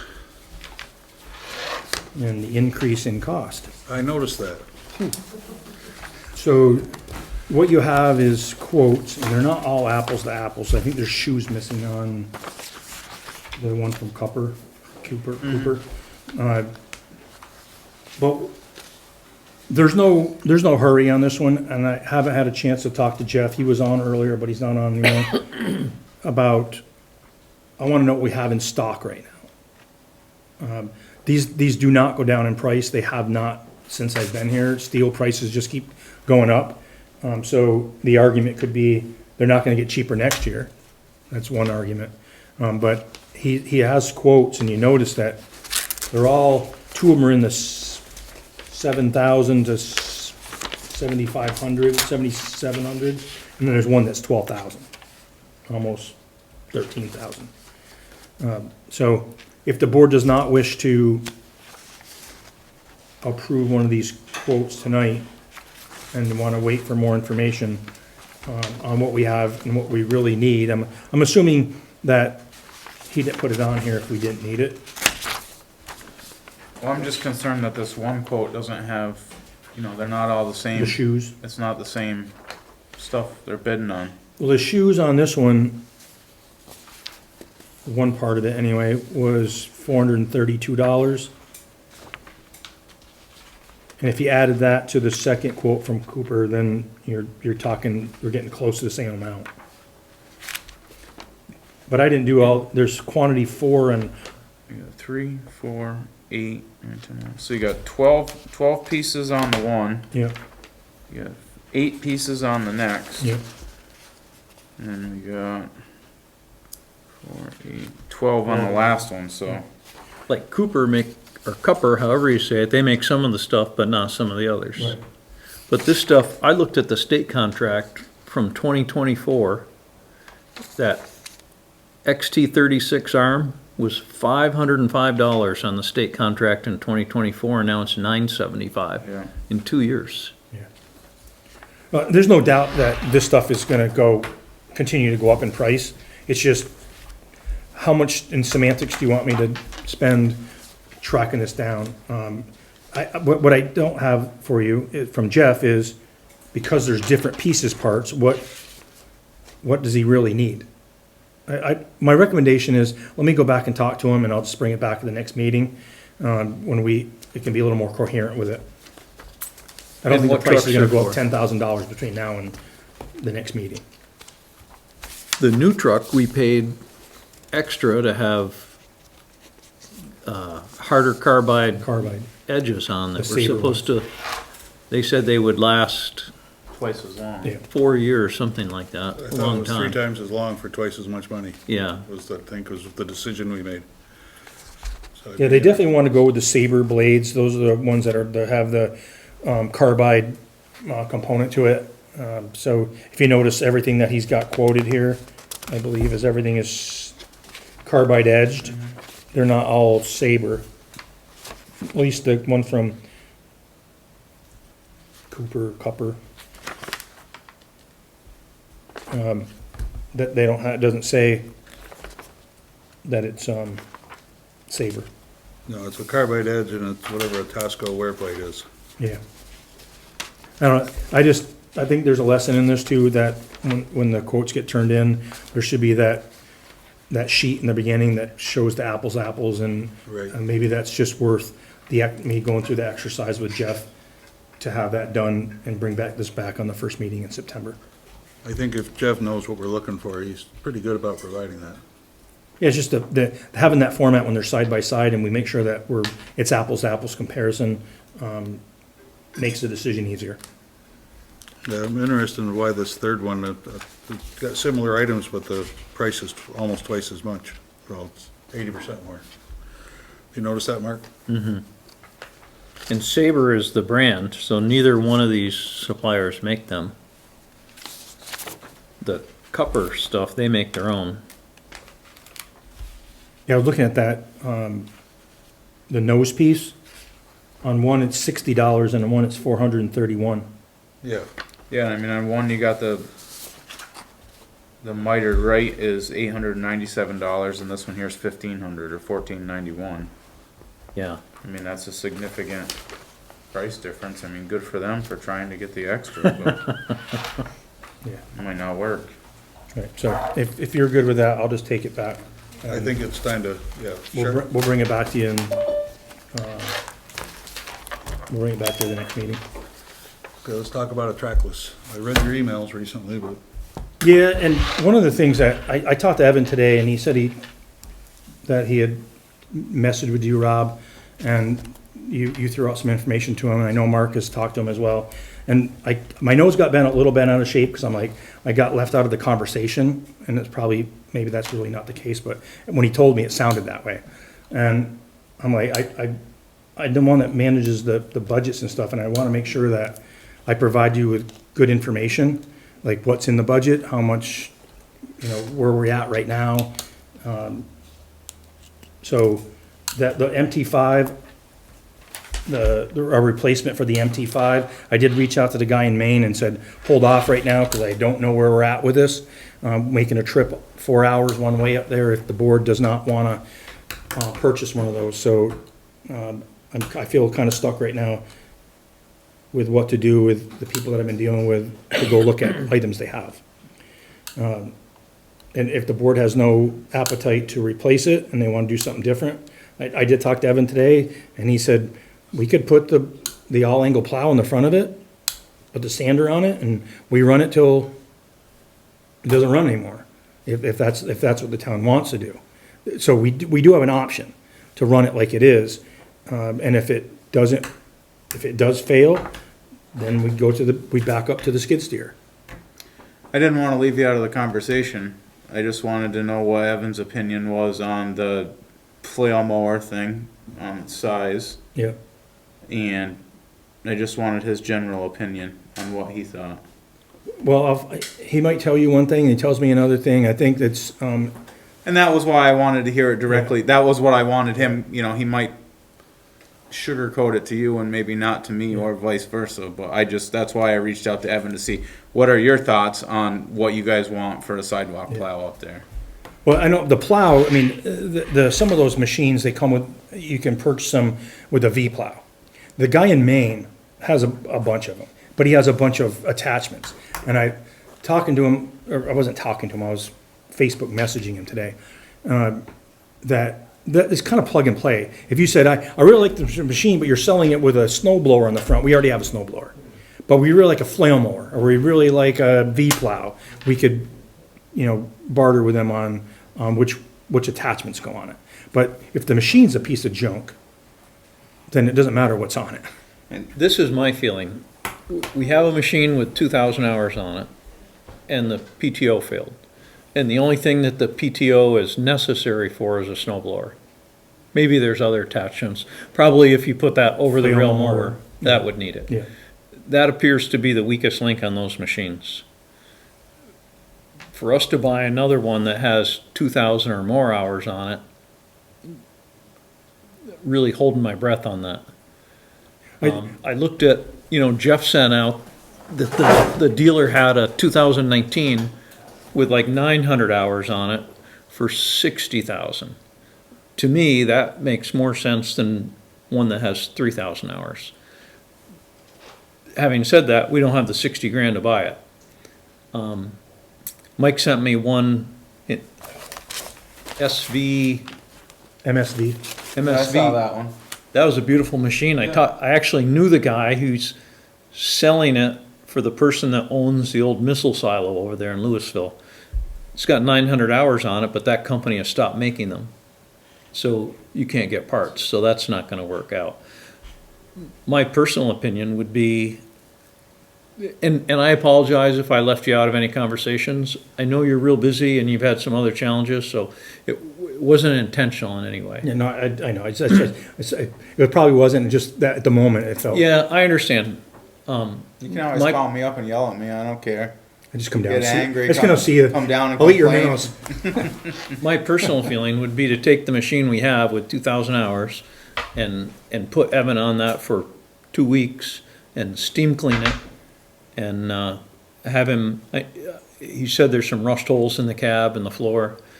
He did a beautiful job on that excavator. Have him make some panels, fix whatever it is so it's comfortable for the operator. Do a full service on it, oil change, filters, belts. I think the hydraulic oil should be changed. When we sent it down to get an estimate to get the PTO done, the dealer said that the hydraulic fluid was contaminated, which I guess is just dealer talk for saying it's old. Service that machine and we can plow and sand with one operator. I'm thinking we probably don't use it 200 to 300 hours a year for sidewalks. And see if we can get another year, has no value now, see if we can get another couple of years out of it and hopefully be in a position to buy something like that $60,000 machine. It certainly has a lot of merit that you have one machine, one operator that can go out and do every sidewalk in town, plow it and sand it. The Bobcat will plow pretty fast, but then you gotta go back, make another trip to sand. Yeah, I talking to him, I think one of his concerns, the hydraulic hose is changing them and the hydraulic fluid isn't really that big of a deal. But he said the U-joints are really sloppy on it. And I'm like, well, they're selling these machines that have 4,000 hours on them or 3,000 hours on them. So they've obviously either have repairs made to it, and without the maintenance records, we really don't know. Did the PTO crap out on that one at 1,000 hours? Or did it last 4,000 hours? So I don't know if we really can get that information on a used. And that's the problem is whether it crapped out at 1,000 hours or 4,000 hours, if the PTO goes bad on one of those units, the unit is junk. Yeah, for those, anything but putting a plow on the front of it. For anything different than what we can already do with our own that we have now. Yep. So if we buy one of those for 20,000, 25,000, say whatever, and it makes it halfway through the winter before the PTO dies, we just spent $25,000 for a machine that we already have sitting under the barn. I don't trust them. I just don't. I think that the cost of that PTO is ridiculous. I think we can all agree on that. I think that was a $15,000 job to replace the PTO on an $18,000 piece of equipment. I mean, I haven't done enough research to see how long they last, but I know that's just too expensive of a repair regardless of it. If it was a $60,000 machine, then yeah, you'd probably have to do that repair, but if it's a $25,000 machine that needs $20,000 worth of work, it's junk. It's tough, it's so specialized. You know, there's a lot of qualified industrial mechanics around, but nobody's worked on one of those. Nobody's gonna give you an estimate and say, oh yeah, I think I could do that PTO for $5,000, which they might be able to, but Well, we're in the same boat with that we were at with the skid steer, because that's already had steel plates welded on the bottom of it. So it's already been through rot, so it's seen its worst days, and somebody made it last for a little while longer. Probably made it last so the PTO crapped out on it, but whatever that want to do, we can probably service it, do what we can to limp it through the winter and make a decision later. But I did bring in, to hand this out, this is our vehicle replacement plan and how much money we have, and we don't have really any money to, above and beyond. Where the money comes in is if you don't replace that single axle, because that's 40, don't really know what I budgeted in here $43,000 a payment. And when I heard you talk about prices the other day, I'm like, well, that blows that out of the water. We're paying 54 right now for the tandem. Well, I mean, I think we were thinking about using some of the money if we do sell that tandem that we have now towards a piece of sidewalk equipment, so we can hold that, you know, set that aside and see Yeah. where we go from there. I'd like to go up, not to leave you out of the conversation, but I'd like to go up to look at it and talk to Evan. Yeah. With the piece that we got there now. Yeah. And just to see if he thinks it's got another winter in it. When I talk, please do. I talk Not to that him. I want, not that I don't take your word for it or anything, but Well, I just parrot usually what he tells me. if I can see it, you know, it's easier for me. When I talked to him today with the all angle plow on it and the sander, he's like, yeah, you know, we can do what we've been doing. It's just when it does, or if it does, something stops working on it, then we're gonna go to the skid steer. That's our backup. It'll be our backup no matter if we bought a brand new one. You know, so that doesn't change anything. But the money, the situation right now with, if the board moves forward with replacing that single axle truck, if that's a goal, or the tub body, because I think that was the next one on the list, was the tub body. Because the last one of these I gave you, it says in there, purchase a new single axle in 2026 before new Tier 5 emission standards. Will increase price 35 to 40K in 2027. Sell tub body single axle in the fall of 26 with the plow system. Because right now there's, for this fiscal year we're in, I put in the budget $37,490 for that first payment on that single axle. So if you don't go and do it this year, then that 30-something thousand dollars isn't targeted to that vehicle. Because it's a payment. And right now, the only payments we have right now. We can't carry it over for that vehicle if we purchase it in a year from No, now? you can, that's what I'm saying, it can be moved, beyond that, you can use it, or you can, if you don't plan on replacing it, you could obligate the money against something else. But the last payment for the tandem is fiscal year 28. So July of 27 through June of 28 would be the last payment on that, and that's 54,000. And then the last payment on the backhoe isn't until fiscal year 2030. So between those two, it's 61,000, and right now 110,000 is going in the reserve. So if you add that 40-something thousand in for a new truck, a new dump truck, you're almost eating all of the 110. And the only other money that we have going into anything else would be the extra money the voters had approved year to year on the 75,000. So, and that was figured in here, so. Anyway, that's, I just wanted to let you know that, so you knew kind of where we stood with the money. We don't have any.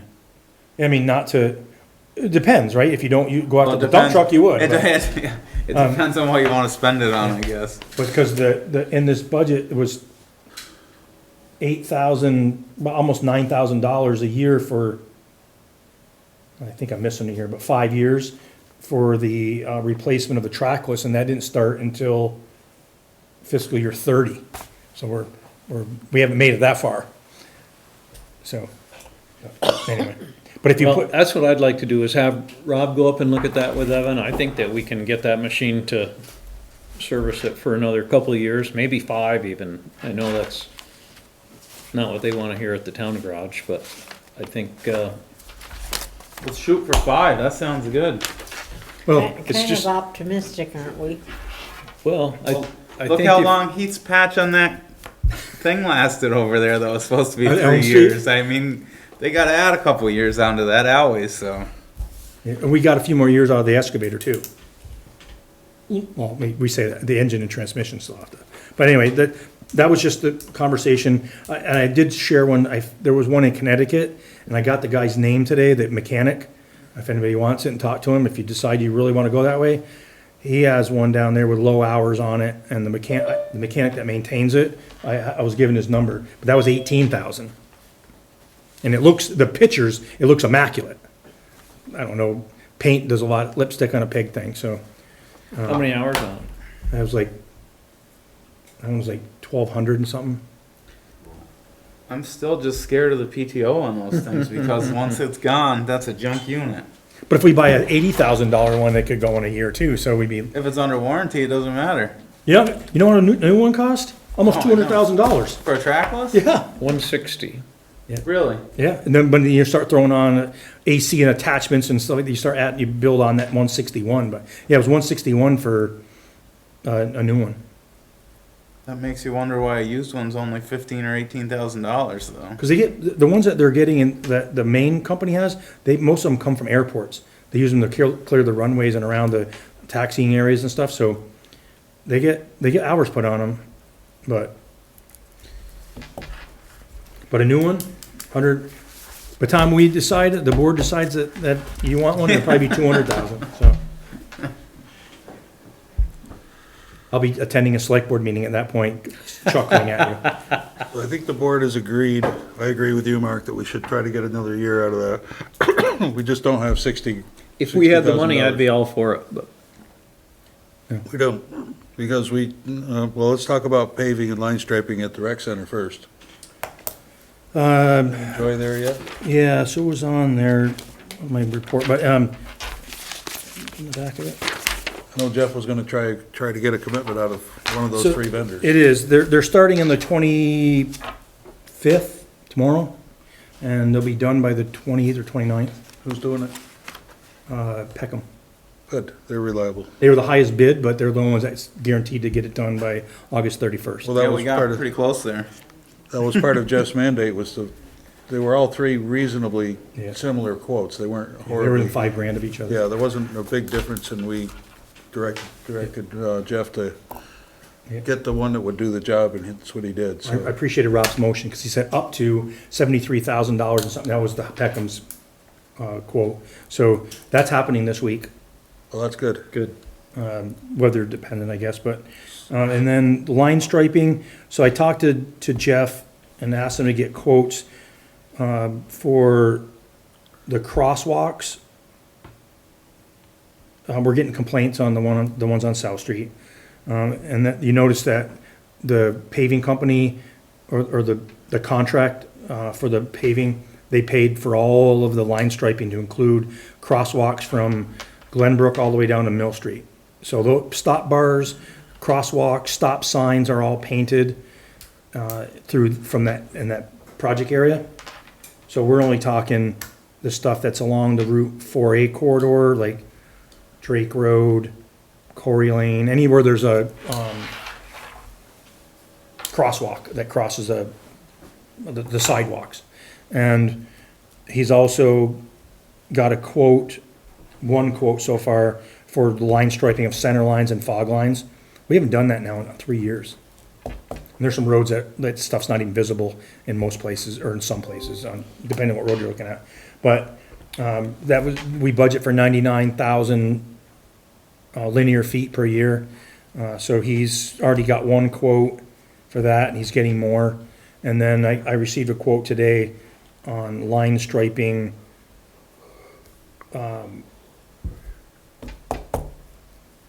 the rec center and one other place, but I only got one, so we can't action it yet, but we're working on it. We gonna do any crack sealing this year? I know we Jeff- did quite a bit last year. Yeah, Jeff said this year that we're looking so the roads that we're gonna crack seal, it won't be worth wasting the crack sealing on, cause they're on the target for paving, so.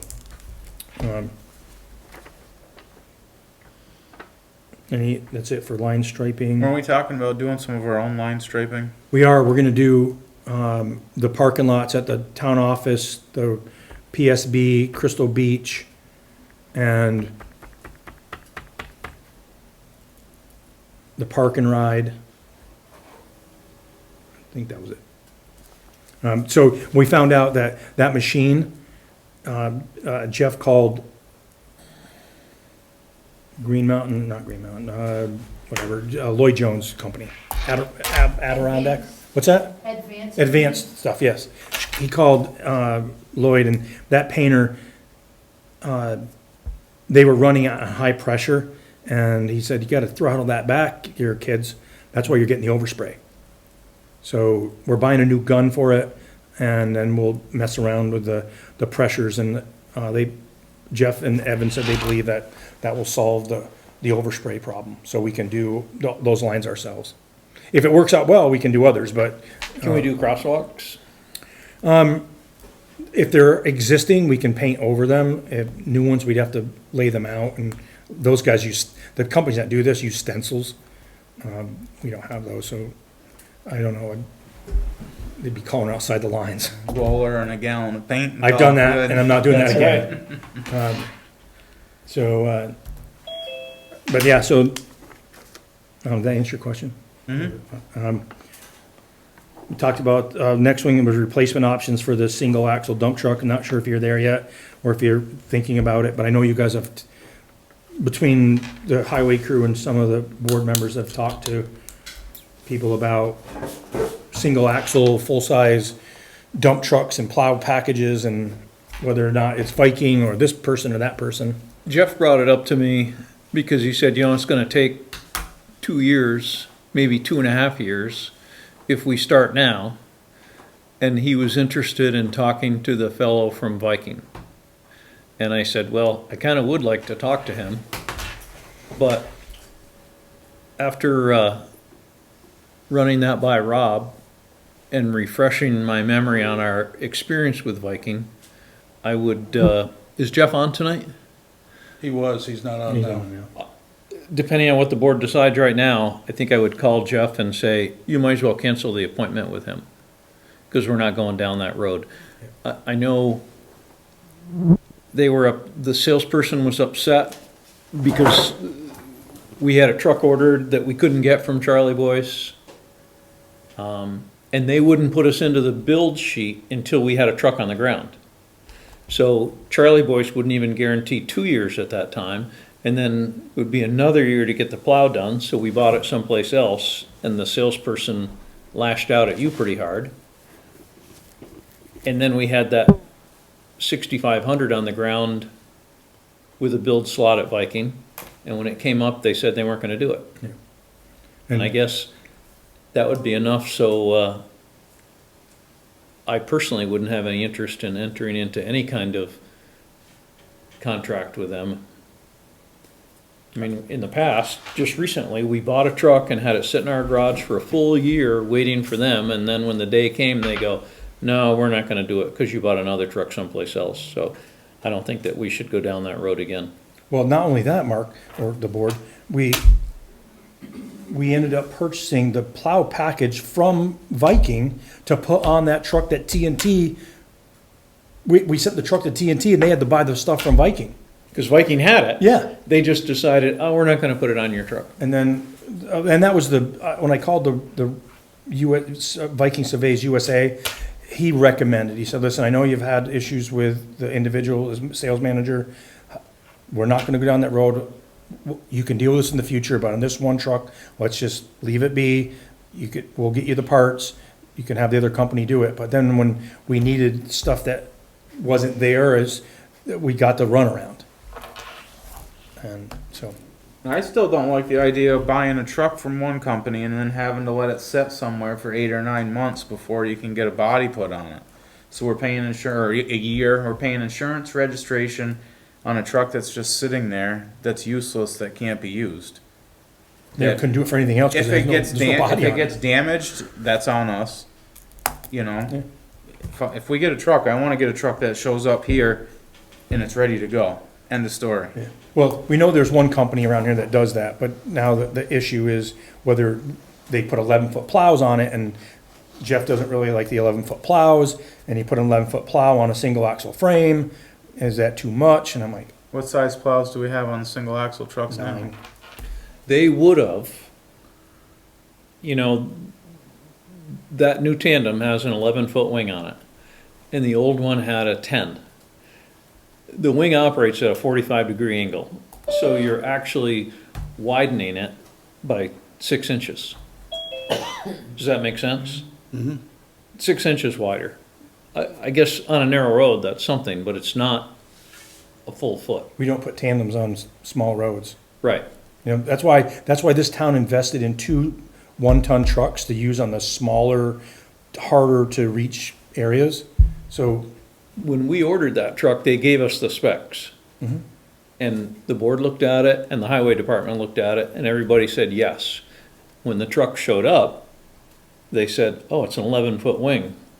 We wanted a 10. It's like, you didn't when you got the specs. yeah, And I talked to the guy at Fairfield, yeah. and he goes, the mount's different. I'd gladly trade you the wing, but the mount is slightly different. So it's not gonna be right. We could have got that truck with a 10-foot wing. Remember, if you remember correctly, that truck, it took 90 days to get that truck.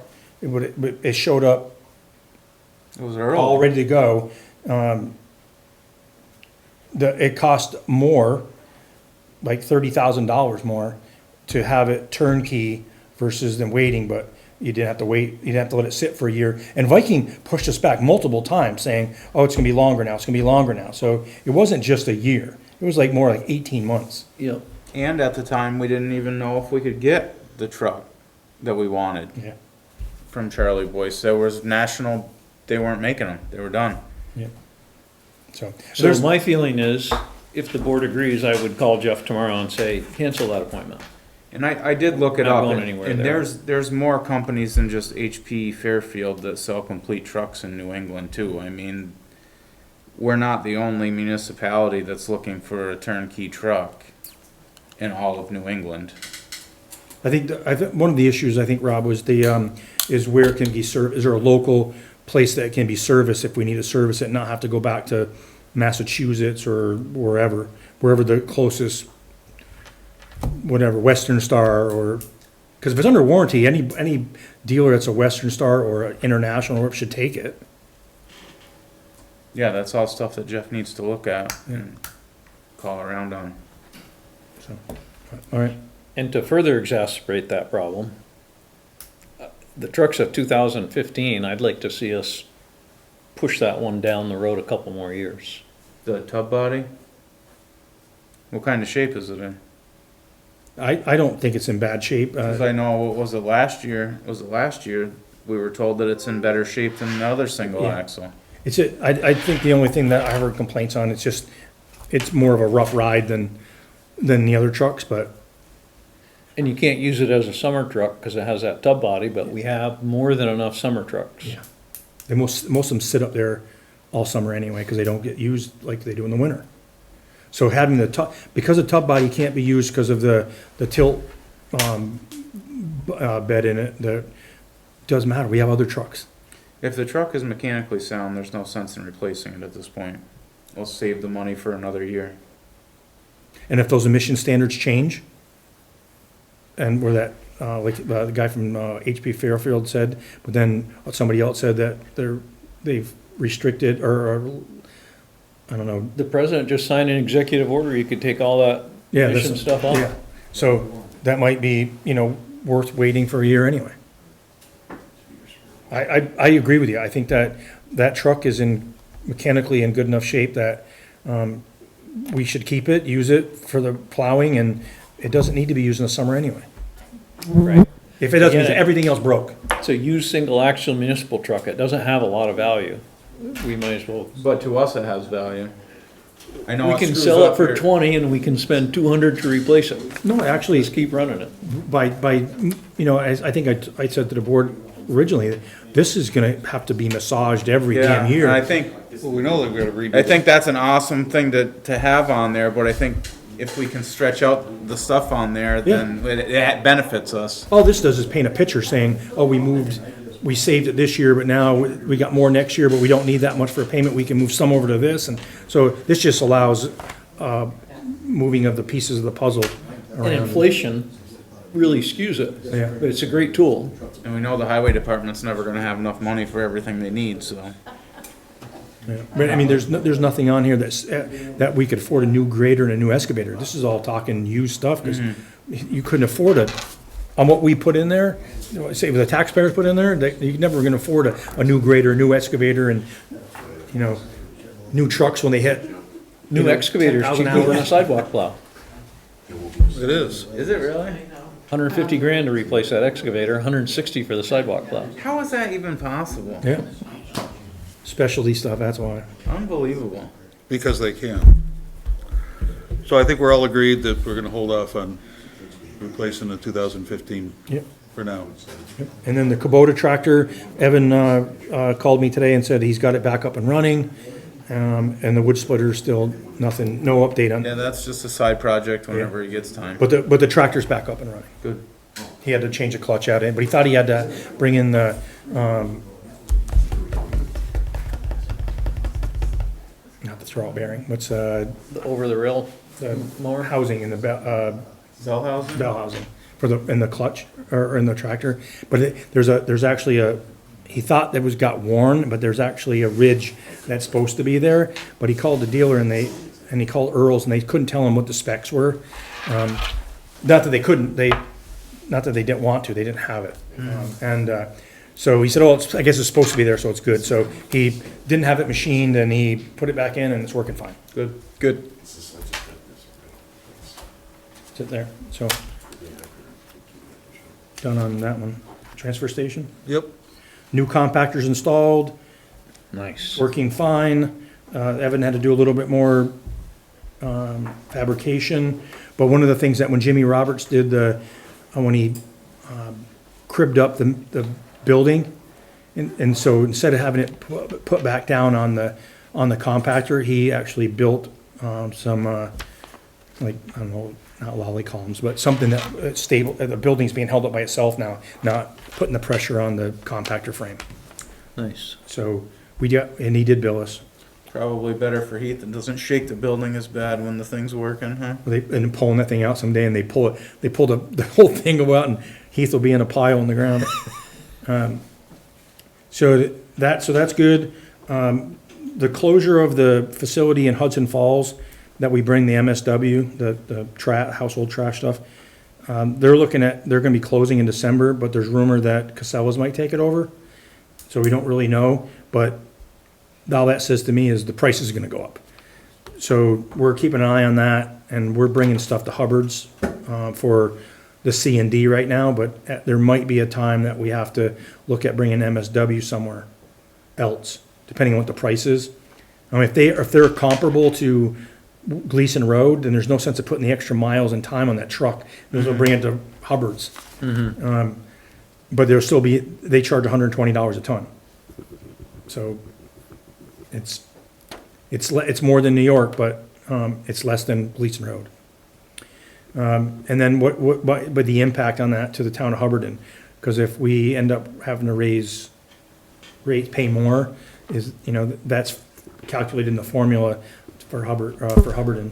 Hubbard's is 120? 120. And how much in Hudson Falls? 95 now. But we still have to pay the $20 surcharge. We have to pay the $20 surcharge, so it's. Either place, right? Yeah.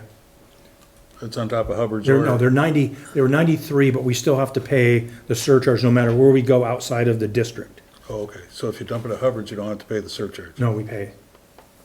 Outside of district. So if it's not at their facility, it's Oh. outside of district. Okay. Bobby, You if get you're. Bob, 20 you're on, tons right? on a truck? So in either case, I think it's $26 a ton now, is the surcharge? 25. 25. 20 tons on a truck? What is it? Thank you, Bob. 25. $45 a ton. Yeah. So, yeah, Bob and I have talked about it, and we need to, set a date to talk to Hubbardton about that whole budget issue. So Bob sent me his schedule, so I'll reach out to Hubbardton's, select board chair and see if I can get something organized. The new scales, I talked to Heath, the new scales, will be here in October. They're being made. So he talked to Farnham Scales, and they said October timeframe. So the new set of scales will be put in place at that point. Can I back up a sec? Yep. Bob, how many tons on that truck when we go to Hudson Falls? How many what? Tons. Well, with the new compactor, it should average like 11 or 12 tons a load. We're figuring 12. So it's $220 a load cheaper in Hudson Falls. Yeah, I didn't do the math, yeah. We're paying, Yeah. we pay But the, don't forget that, the time and the trucking too, we gotta figure all that, those costs in too, so. That's what I'm getting at. So it's 11 tons. Yeah. And we pay, 90, it's The difference is roughly like $24 a ton. $95 maybe. Call it $25 a ton difference. So you're right, it's about 225 Yeah, per or trip. so per trip. Yeah. Plus more fuel. it's not worth running the fuel and to pay the employee to drive down there and buy. I know. That's why we've started bringing stuff into Rutland. Yeah, it's gonna be just cheaper. And with the truck, it's pretty tender. And we brought it to Avalanche, and they basically said, you bring it back this time next year, you're not gonna get a sticker put on it without putting a lot of money into it. Okay, so hear me out on this one, because I was thinking about this today. Why couldn't we stretch the tandem that we have and put the body on that. The tandem that we're trying to sell. I don't know what has to, Bob knows more about the trucks than I can profess, like what, That can be done. You can stretch them out. It could be done. Yeah, that truck's heavy enough, for sure. And we just paid 18,000, maybe we need to look into that here, like now, before we sell it, unless you got it sold already. Cause we just paid $18,000 in repairs in it. That truck will last a significant period of time if we got somebody to stretch it and take the rails and the dump bar, or the stuff off of the old truck and mount it on that. Maybe that's something that we should. That's a really good idea. That truck's only got 50,000 miles on it. And we were talking about, you know, how much was a new one? I forgot what we were saying. $100,000. $100,000. So if we could take the truck, if we're gonna take the truck, Oh, we weren't talking new though, Bob. you know, if we're gonna take the truck that we might get 30,000 for and put 10,000 into stretching it, and then we've got our replacement. I think we should look into that. Absolutely. That's a pretty good idea, Rob. Absolutely. If it's heavy enough, I mean, I don't know, you would think it would be. It's plenty heavy enough, Be able yeah. to carry one of them dump boxes. This is what you do all day, look when you're staring at minnows, isn't it? You think you got all these good things, all these good ideas that bounce around. No, your I head. passed Heath today, or Heath and, must be the girl that works at the highway department now, the new girl. I passed them in Rutland, going to Hubbard's. Yeah. And I was thinking, man, that's about the same size as our dump truck that we're trying to sell. The dump truck's heavier. Yeah. It's got heavier suspension, more horsepower, I mean, they can stretch that stuff. piece of cake. How many yards of material can you put in that dump truck? It's a short body, probably 12 with sideboards. If you Not did the that math, much. it's what, 80 pounds per cubic foot minimum. So there's a lot of weight. Yeah, we can start looking into that. That has a suspension with no springs, just a rubber block, so it's set up heavy. So let's hold off on selling that now until we figure out if we can get somebody to stretch it, and maybe we can, how much money was left in the budget for the At the transfer station. I know we killed most of it with the 2 improvements this year, There but, was some left in the reserve account, but not a It was lot. like $40,000. which would be more than enough to stretch that, I would have to think, and to mount the body on it. What year's that one? The 15? 15. 13? Or 13, yeah, oh, the tandem, yeah, 13, yeah. But if the body and the, We just put new tires on it. I mean, It's got brand new tires, brakes, other than, kingpins. you know, it doesn't work for what we need because the sander doesn't work and nobody's been able to fix it. But it would certainly work for the highway department, or for the transfer station. I think Charlie. He'd be like, what? Charlie, if you could And come it's up to Heath's the, truck to begin with, so it's perfect. so the Zoom recording will take, you have to come up to the podium. I've been chastised for not doing that. A couple of years ago, we bought a Mack dump truck, 1992 Mack dump truck, and it had a bad frame. And I had Bill Lyle put brand new frame rails and everything on it. Who did it? Bill Lyle did a Yeah. beautiful job. The new rails, everything for the whole frame was right around 46,000 to have it completely done. Took it apart, took the cab off, did the whole thing. And we pretty much, we put a new trunnion in it at the same time. So I mean, it's So I think stretching it would be significantly less than that It's less because, than that. you know, everything else is good. You're gonna need a drive shaft and some He frame drilled all rails. when he bought the frame, he had it all drilled, bought all new bolts, everything. And he did a hell of a job. It took him about 3.5 weeks from start to finish. He did a nice Yeah, I job. think this job would be significantly less. There's no need to, the cab wouldn't need to come off or anything. No, you saw the And it's a frame in half in the middle and pull it back and burn a piece in. It's a single frame too, which, you know, like that fire truck had the dual frame and they rust in between Yeah, them. that's what this one is. My Mac was a double frame and it rusted. That's Seems why. like it's a great thing to have a double frame, but But it's it not. doesn't work out. No, this is a single frame But when I truck. put the new one in, I did a double frame again because for the haul 16 yards legally. Well, if you keep after oil in it and stuff, it'll probably survive it, but. It'll outlive me. You better hope you don't live to be 100. You're gonna be facing that again. Yeah, no, the truck will be gone then. So is that something that Bill Lyle could do? You do a fantastic job. So let's approach him and get a quote. Would you do Here, that, look Mark? at it. Or would you Want do me that, to do Rob? that? Would you do that? Sure. Okay. Or do you wanna do it, Rob? Go ahead, if you have, I don't really know him, so if you have a relationship with him, go for it. Yep, I'll give him a call. We didn't give him the bid for the scale, replacing the scale, so be nice to him.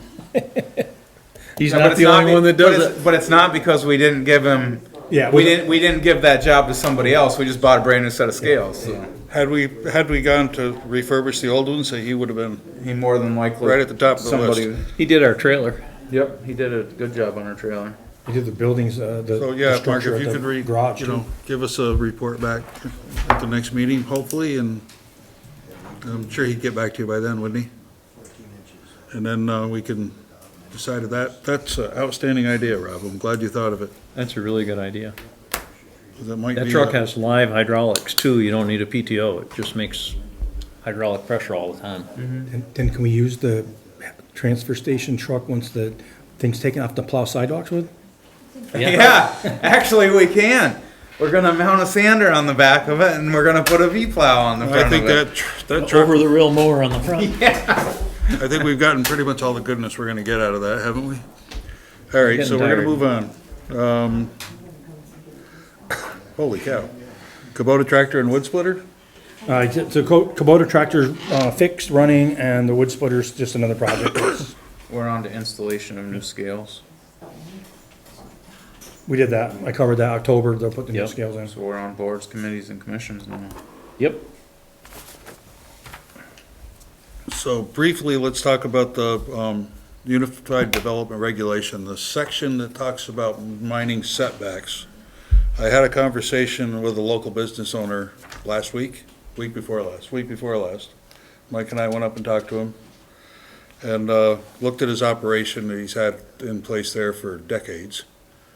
And he wants us to consider changing the setbacks in the 200-foot setback that's in our UDR. So, we've looked at what neighboring towns have done, and I just wanted to throw this out here to kick off the conversation to see what the rest of the board thinks about this. And Mary Lee, you were correct. If you read the regulations correctly, if you wanted to take topsoil off your property, you have to be 200 feet away from any boundary, including a road. When you asked me that question, you were correct. According Say to our this again? Our UDR requires mining any materials out of the ground, you have to be 200 feet away from your property line unless you have an agreement with the adjoining landowner. That's the only way it can be waived.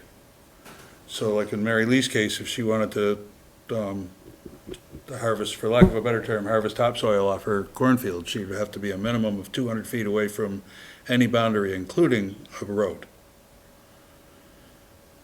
So this covers all extraction. Right.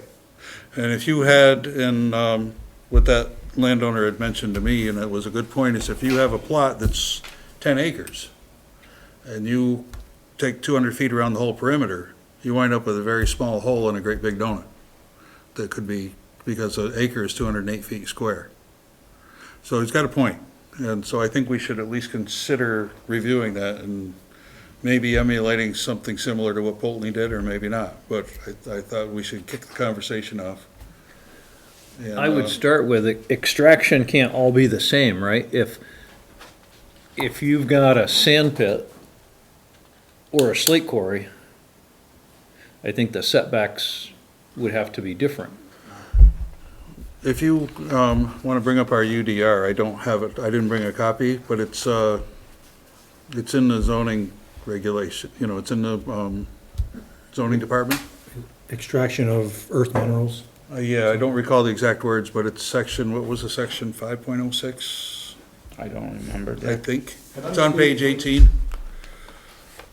Charlie, you can come up to the podium.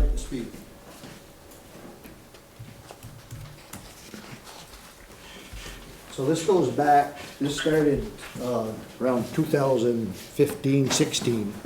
Rutland Regional Planning Commission, every town in the county, they put this law into effect. Pretty much nobody knew about it. It came up in Pulteney the year before COVID. And we ended up, the Slate Association went down to Pulteney and said, hey, look, this is insane, when nobody even knew it was there. The only person, one person on the town's planning commission knew about it, the chairman. The town manager didn't even know about it. So we started with Pulteney, Fairhaven went along with it. Castleton was, we were promised by I won't mention no names, we were promised by the chairman of the Castleton Select Board that this was gonna get taken care of. They were gonna follow exactly what Fairhaven, Wells, and Pulteney did. And it never happened. They kept telling us it was gonna happen, gonna happen, gonna happen. It never happened.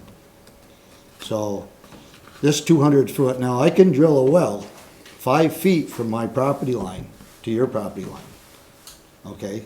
I can build a house 12 feet, 15 feet from your property line. This was put into effect to shut down any sand pit, gravel pit, slate quarry, marble quarry. This is what it was put in place to do. Because if you look at what just happened with 181, this has been their plan for the last 15 years. And they've been chipping away, stealing property rights.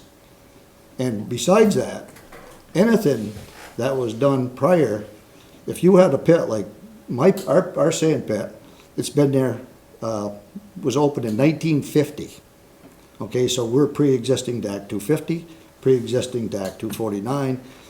We're pre-existing to everything, even town zoning, because it was pre-existing to town zoning. And now they come in and tell you that, oh no, you know, even though you've been there forever, it'd be like me coming to your junkyard, Mark, tomorrow and saying, hey, you know what, I'm gonna make a complaint, I don't think you should have your junkyard no more here. It's pre-existing. We gotta stop this. We've gotta stop it.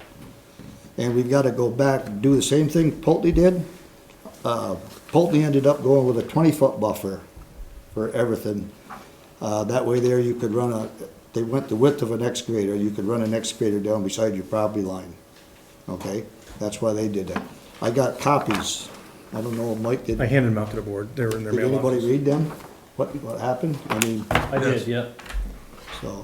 So, and this all, like I said, this goes back to Rutland Regional Planning Commission, same exact thing that they're pulling every single time. Look at, we don't have no place in our town to put any industrial business in our town. Regional Planning Commission and everybody else went along with that and stopped that from happening. How are we gonna survive the next 50 years if we continue down this path? We just had our 250th celebration of our country. If any of these rules were in effect, we wouldn't have the town of Castleton, we wouldn't have the village, we wouldn't have no villages. And then since 1973 till now, it's gone insane, absolutely insane. And they keep stealing property rights. If somebody in this audience has a house, I don't think you'd like it if I went and said, you can't do this with your piece of property, correct? Right. And that's what they're doing to us. They're doing it to us with the river corridors, they're doing it, every single thing they're doing, and it's gotta be stopped. It's gotta be stopped. So I agree with. Our generation will be the last generation to ever be able to start businesses and survive in this state if we don't stop it. I agree with some of what you're saying, and some I don't. So I don't think that extraction is a one-size-fits-all. Because it's a lot different to have a sand pit or a stone quarry. What's different about it, Mark? Explain that. I I'd will. like you to explain it. I will. So if you've got a sand pit, you've got a bucket loader working down there, it doesn't affect your neighbors 100 feet away too much. If you've got a slate quarry, you've got jackhammers and drills and blasting, and that does affect. And they knew that when they moved into this area, because them slate quarries and them pits, they've been there since 1890, most of them. Okay, they knew they were there when they bought that property. Now, take it back one step farther, okay? So, when Act 250 was put into effect, all the slate quarries in the valley, now this is the largest tract of slate in the world with all the colors. From Benson, Vermont to Rupert, Vermont, and it's about 15 miles, about 14 miles wide, about 40 miles long. been here forever, okay? Now, what they did was, when Act 250 came in, they made everybody pre-existing. Well, then along about 1990, they decide, okay, people were starting to develop more. They didn't like the blasting, they didn't like this, they didn't like that, so they went to court. They ended up losing. The neighbors lost. They hired a lawyer in Middlebury. They spent thousands and thousands of dollars and lost. So the state decides, oh, we're gonna stop it anyways. Okay, but they didn't make it because everybody got together. They set up a committee. 4 Republicans and 4 Democrats. They came down and they worked for a whole year, roughly around 1992. They decided that the quarry people, the sandpit people, and the gravel people were right. Okay, so they went back. Howard Dean was our governor at the time. He said, I'm going to veto anything that you bring before us. And the Democrats said, if you do, we're going to override your veto. Because the Republicans and the Democrats, we're going to override it. So they agreed, okay, that every one of us that owned quarries, okay, we had to get a permit. We had to go to Act 250 and give them copies, surveys, and copies where all of our pits were, okay? In return for that, we were going to get a jurisdictional permit, which we all did.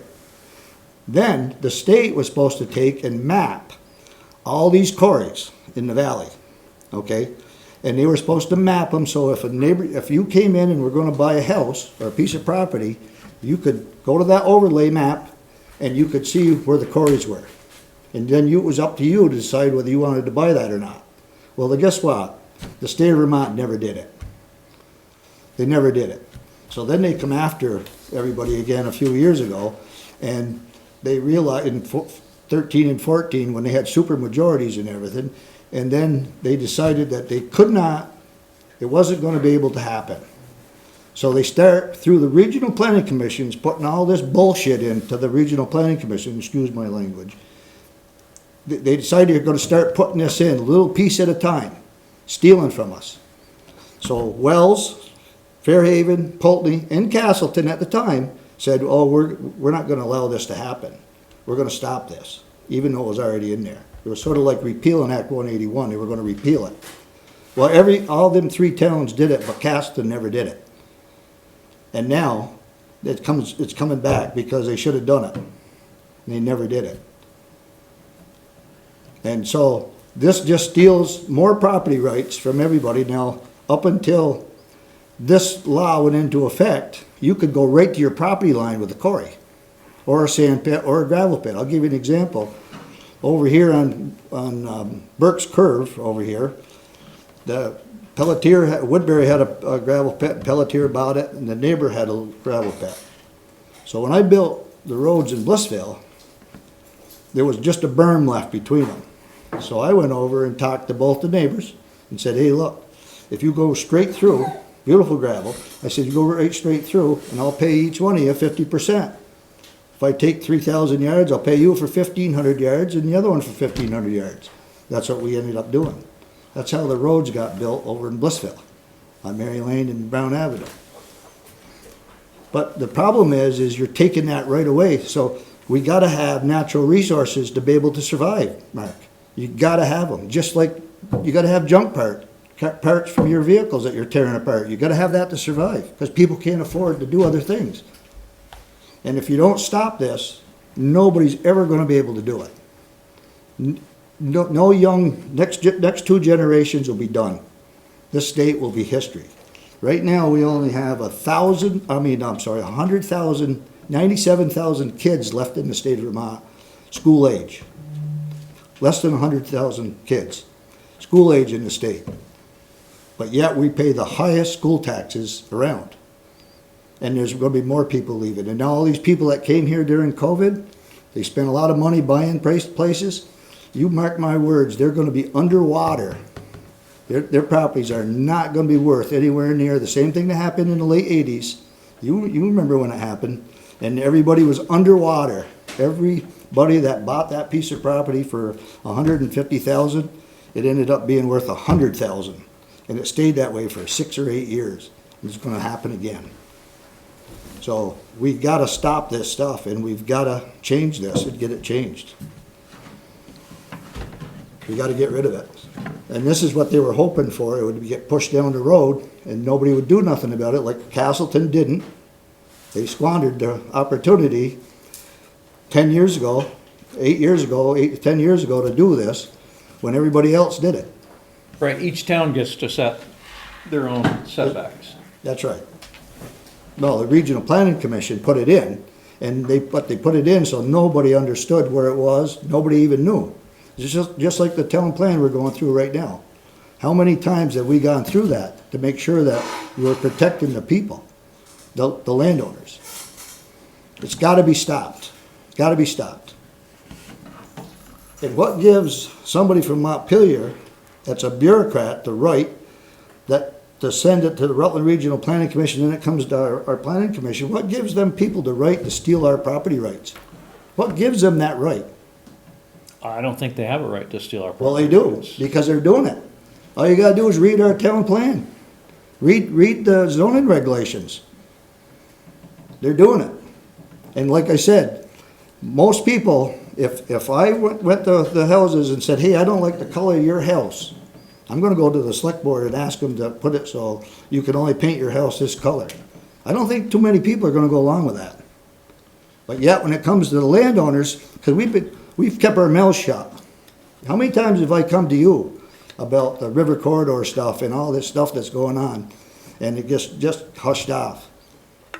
You know what created the problem with the No, that's not what I did. I disagreed with you, Charlie. You know what? That doesn't make me wrong. It meant that we disagreed. Right, but you know what created the problem with the river corridors?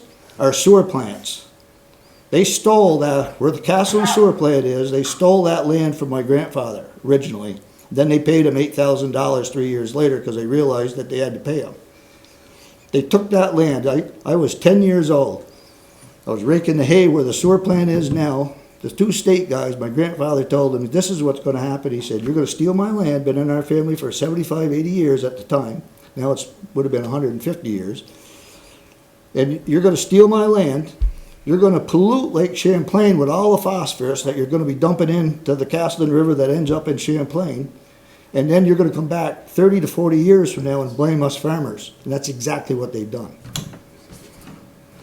The sewer plants are what did all the damage. They blamed everybody that has over 3 acres. Absolutely. Absolutely. But to the point of what we're discussing tonight, as far as setbacks on extraction, you think they're all the same? Absolutely. You're gonna take the property rights up until Act 250, there was nothing. As long as you were pre-existing, okay, in town zoning, there was nothing. Every time we turn around, you're putting something new in. You take But I think this, you take this, say this is 10 acre, and he just brought it up. Say this is 10 acres right here. Okay, you take 200 feet around that. You end up with a little tiny strip of land. Now, that little strip of land, the slate quarries and the sand pits and the gravel pits, they're veins. Veins, they run on different angles. So you might not only be able to dig a little bit out of here. Our pit, luckily, because we're all part of the old Lake Champlain Basin, is beautiful sand. Mary Harris's farm's the same way. Your land over there is the same thing. Because it was the beach from Lake Champlain 1,000,000 years ago. And over the years, our pit's been open since 1950. And when we get done, it's gonna be a beautiful big meadow. But I ain't gonna allow my neighbors or the town of Castleton to tell me that I can't do what we've been doing for all these years. And pre-existing to boot. And if the town would have took this step and did the right thing back when the rest of the towns did it, we wouldn't be in this situation today, but they didn't do it. I can tell you that it was in the 2015 zoning, right, Mike? The 200-foot setback? That's when they put it in, 15. Now, I don't know if it was in there before that. It was not. And I know that when we ratified the new UDR, that part was not changed. So I don't recall the exact verbiage of that. And Mike will tell you, how many times, Mike, have I talked to you since you've been town manager to make sure that this 200 foot, because I thought it was out. for the town of Castleton. Isn't that true? Yeah, and back in 2021, it was in that version too. Right. So Mark, can you bring up that section for us? On the, I think it's on page 18 or 19, something like that. I should have brought a copy with me tonight and I did not.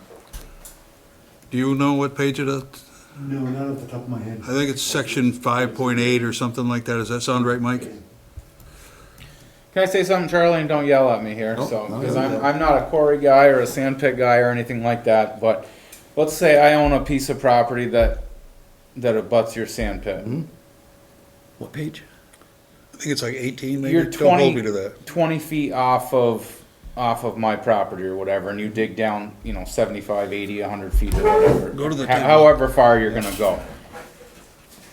What keeps that bank from eroding over time Go to the away table. Keep it I seeded can down find it real and keep quick. trees on it. and eating You is, keep Go to this trees table on it. contents. It's and up that's top in the of zoning that you have to maintain that. I haven't looked at it, so that's, I don't know, what I'm trying to say is to look at it from a landowner standpoint But on. if you go to any quarry, okay, like North Road, for instance, our quarries, North Road, there's like 18 or 20 quarries on North Road, okay? Between the 4 different quarry people. Every one of them quarries are gonna be right to the property lines. Every one of them, because that's the way it always was, okay? It always was. So are you gonna stop that now? Like, for instance, we get federally inspected every single year. Every single year, we get federally inspected twice. And you gotta have berms, you gotta have everything up there. Not for that. So, and if you're in rock, you're definitely not gonna have no erosion. Correct. Article 6. But I was just saying in the sand, Yeah. like if There you go. Article 4. if I was a 6.01. landowner, Go down, if you go down behind my farm, my kettle barn, that's all grassed over, that doesn't go anywhere. Okay?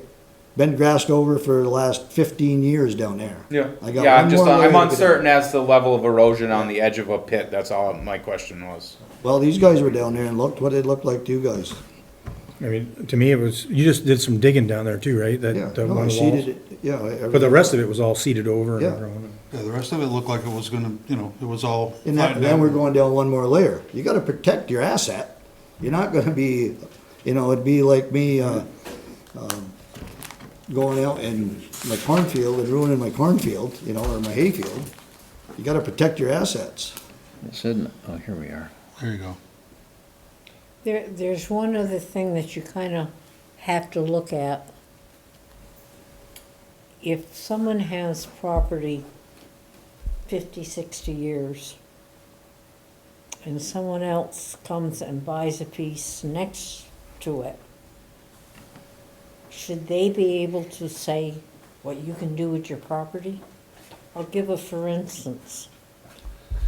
We've been a farmer, we've had the cornfields. Someone new moved in on, was it Starcrest Terrace? Suncrest Terrace. Suncrest Terrace. They went around with a petition to stop us from planting corn. The neighbors laughed at them. They said, that's their livelihood. I remember But that. this was an outsider or Massachusetts, Long Island or somewhere. Well, it's blocking my view. Well, you shouldn't have seen it in the wintertime. You should have seen it in the fall. I mean, you've got to look at that a little bit too. Oh, I'm not opposed. I'm No, not I opposed to know. land rights. Believe me, not at all. No, I just got to get my 2 cents in too. I remember when that happened. I thought it was, It happens Really all the ludicrous. time. It happens all the Yeah, I time. thought it was These pretty people, ludicrous. they move in, they never look, that's why it should have, all the maps should have been done by the state of Vermont when they were told they were gonna be done, and you would have eliminated 90% of all this problem. But yet, what happens is Montpelier didn't get what they wanted. Okay, so they passed it on to the planning commissions, the regional planning commissions, to start passing all this bullshit, that's what it is, and they did, and they ended up putting it in place, and nobody picked up on it. Nobody picked up on it. And you get people I was on the planning commission for 3 years, so before I was a selectman, I was on the planning commission for 3 years. And I know, they used to be 9 people on the planning commission when I was on it. You felt like an idiot when you'd go to the people's property with 9 people, telling them what they can do with their land. So when I got on the select board, that was what and Mary's husband, Bob, that was the first thing we tried to do. We reduced it to 5 people. So at least you didn't have that problem. All right, Charlie, we're gonna move Yep. on, if you don't mind. But Mark, can you read that section, Yes. please? Do you want me to read it out loud? Then we'll, Can I make a suggestion? The board, from the last. you need to come up to the podium so the Zoom mic will pick you up. Sure, thank you. Tom Murphy, Planning Commission. From the last meeting on 7/29 on the town plan, one of the minutes said that there'd be a meeting with Charlie to talk about the UDR. There was also a suggestion by Rob Steele about hotels and all that. And if you talk to the chairman, I'm also on the DRB. There are certain issues that the DRB has presently with the UDR. So I think the planning commission should take back a lot of these issues and come up with suggestions about how to change it. Meet with Charlie, meet with Pat, talk about hotels and whatever we want to do, because they're not in the actual UDR. So we should make sure that this is all updated and let the planning commission come back and make the suggestion here. I'm not opposed to that. The whole idea behind putting it on the agenda tonight was to start the discussion. Okay. So, but I'm certainly willing to Rachel, we'll get to you. involve the planning commission in this. I think it should be you should play a key role in it. Yeah, okay. Well, we'd be glad to take that up and do it. So Mark, the section that we're primarily discussing reads as such. Okay, earth resources extraction. There should be a minimum lot of 5 acres. A performance bond for all activities except mining and quarrying shall be secured from the applicant sufficient to ensure that upon completion of the extraction operations, the abandoned site will be left in a safe, attractive, useful condition in the interest of public safety and general welfare. The owner shall submit a plan of proposed improvements to accomplish this end. All surface drainage affected by excavation operation shall be controlled by the owner to prevent erosion debris and other loose materials from filling any drainage course, street, or private property. All provisions to control natural drainage shall require the approval of the Development Review Board. No excavation, blasting, or stockpiling of materials shall be located within 200 feet of any street or any other property line. The property line restrictions may be waived by adjacent property owners if written agreement is obtained. No noise which represents a significant increase in noise levels in the vicinity of the development so as to be incompatible with a reasonable use of the surrounding area shall be permitted. No emission shall be permitted which shall cause damage to health, animals, vegetation, or any other forms of property which can cause excessive soiling at any point on the property of others. No power-activated sorting or processing machinery or equipment shall be located within 200 feet of any street or other property line. The property line restrictions may be waived by adjacent property owners if written agreement is obtained. No stripping of topsoil for sale or for use on other premises except as may be incidental to a construction project or sand or gravel operation on the same premises shall be permitted.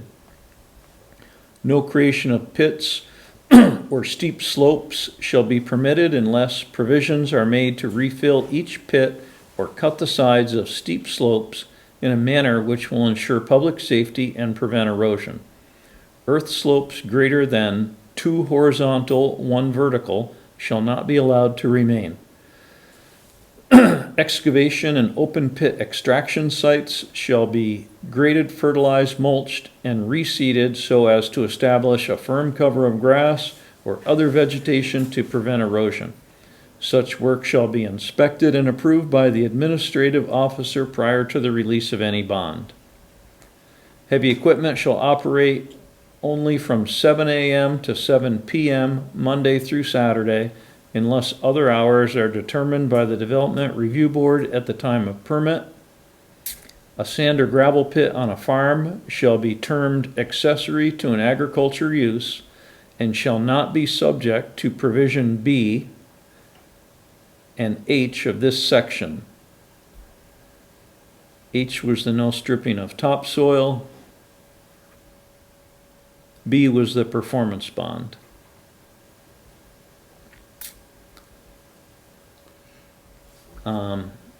Along with that, with the agricultural, the excavation area is confined to 1/2 acre or less.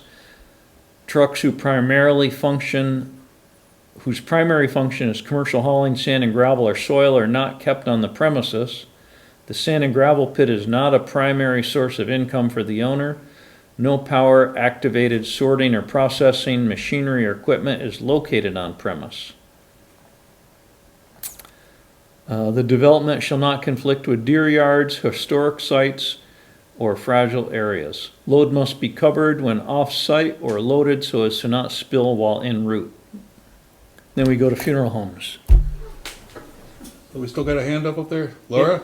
Or no, Rachel? No, it's Rachel. All right. Hi, everyone. My name is Rachel Axelson. Full disclosure, I am an abutting landowner to Charlie Brown.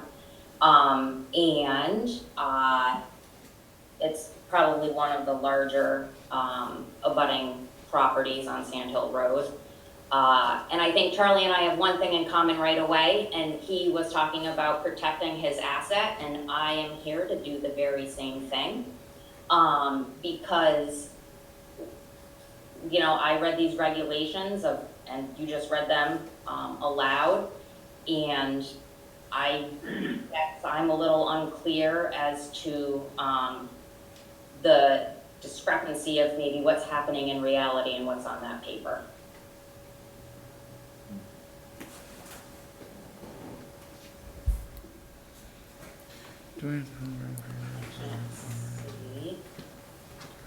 Yeah, I went up to that property, just so you know, I went up to Charlie's Pit and we walked around and we walked along the border between your property and Charlie's, and at this point in time, I think the pit is not in compliance with our zoning regulations. I will agree with that, but the question is, what makes sense for our zoning regulations, and what would this board and the planning commission entertain any changes that make sense? That's why we're having this conversation. Two things, Ms. Axton, I'm terribly sorry about your dad. Thank you. We've been neighbors for a long, long time, and your father and I got along excellent. And your father was the one, originally when your father first bought that and mother first bought that property, I went to see them about buying a right-of-way along the power line to put a couple houses out there. And your mother and father didn't want me to do that. Okay, they said, we'd rather see your sand pit there. Well, I said, okay. I probably would have been better off to buy the right-of-way from him and put the houses there, because, and another thing with your dad, he could never see the sunset because of all the trees, the pasture when I had the cows, and he asked me to take the trees all down, and that's what I did. So, you know, up until this point, your dad and I, we got along excellent until he passed last January, I guess it was, or February? February. Yes, and so I apologize for, you know, not getting in touch with you and telling you how sorry I was about your father. But we worked in conjunction from day one with this whole deal, your father and I did. So, and I'm not getting, I'm staying far enough away so that I can always slope that whole property when I'm done. And I left a tree line, I left the trees up there, so it's not disrupting you at all. Well, it's disrupting you apparently, but I'm trying not to. But our sand pit was opened in 1950, and I'm pre-existing, plus with the agricultural status there, we're pre-existing to that, a lot of that stuff. And I mean, yeah, I totally hear you, and I you know, when I was born, that is the property I was brought home to, so I have very early recollections of that swath of land next to his not being a sand pit. There were dairy cows there. I used to go over and Right. pet them, kind of thing. Right, well, And but the reason is sand the, quarry was much further west of the property. not much further. It was right And then there there. was a river, went down a hill, there was No, an there's no river, there's a brook there that dries up brook, yeah. during the summertime. All right, we're gonna, But I appreciate you as my neighbor, and I don't want no hard feelings, so Yeah, same, agreed, And, 100%, maybe we could get together sometime and talk. yeah. that may not be a bad thing. We're gonna move on and come up with a course of action here. Can I ask you a couple questions, Charlie? Sure. So, the 200-foot setback you disagree with. Absolutely. What about the 45-degree sloping? Yeah, I could do that, that's why if you leave the 20-foot buffer, we can slope all that when we're done and seed it down. I mean, to me, that seems reasonable. 20 feet untouched with a 45-degree slope. Right, 20 feet with a 90-degree slope. yeah, Would- well, I'm no engineer, but it would seem like that's looking for trouble onto the neighbors. right, but it's not, that's why I left the trees there, I didn't touch none of them, the shrubs, we took the trees down because, is Rachel still on there? Yep. That seems reasonable to me. Yeah, The stone quarry doesn't seem reasonable to me because of the methods of extraction are gonna cause well, a big impediment to the neighbor. that's why you don't understand, so when you drill your holes, okay, you don't drill them on your property line when you're gonna blast. You drill them 20 to 30 feet out, okay? And then that's your last shot, because it'll fracture that stone. So that way there, you got a straight wall back to your property line. You gotta follow the regulations. A federal straight regulations. wall 20 feet from the property line, to me, seems unreasonable. No, you gotta burn it. They're all burned. A 45-degree angle, that seems reasonable. If you did that, Mark, with a slate quarry, you ain't gonna be able to, these are running veins. Sometime I you get get a that. chance, you should come take a look. No, My I neighbor- do my neighbors- understand how my that neighbors, Gentlemen, I'm my gonna- neighbors to the west of me, okay, they quarry it there. Their property is even smaller, way smaller than ours, and they've been pulling stone out of there since 1890. They haven't, but somebody has, since 1890. Our quarries were opened at around 1900. So, or a little later, right around that 1900 era. Gentlemen, I'm going to ask that we, because it's 10:08, I think. We're supposed to be done at 10:40, you know. Yeah, well, and so we're gonna come up with a course of action here. I mean, I think we can all agree this is not gonna be resolved tonight. So, but what I'm asking Mark is if the case, so what are you gonna do? You're gonna come in and shut all the quarries in Castleton down? Because there was no rules and regulations when they were all started. Right. I can show you a copy of my permit.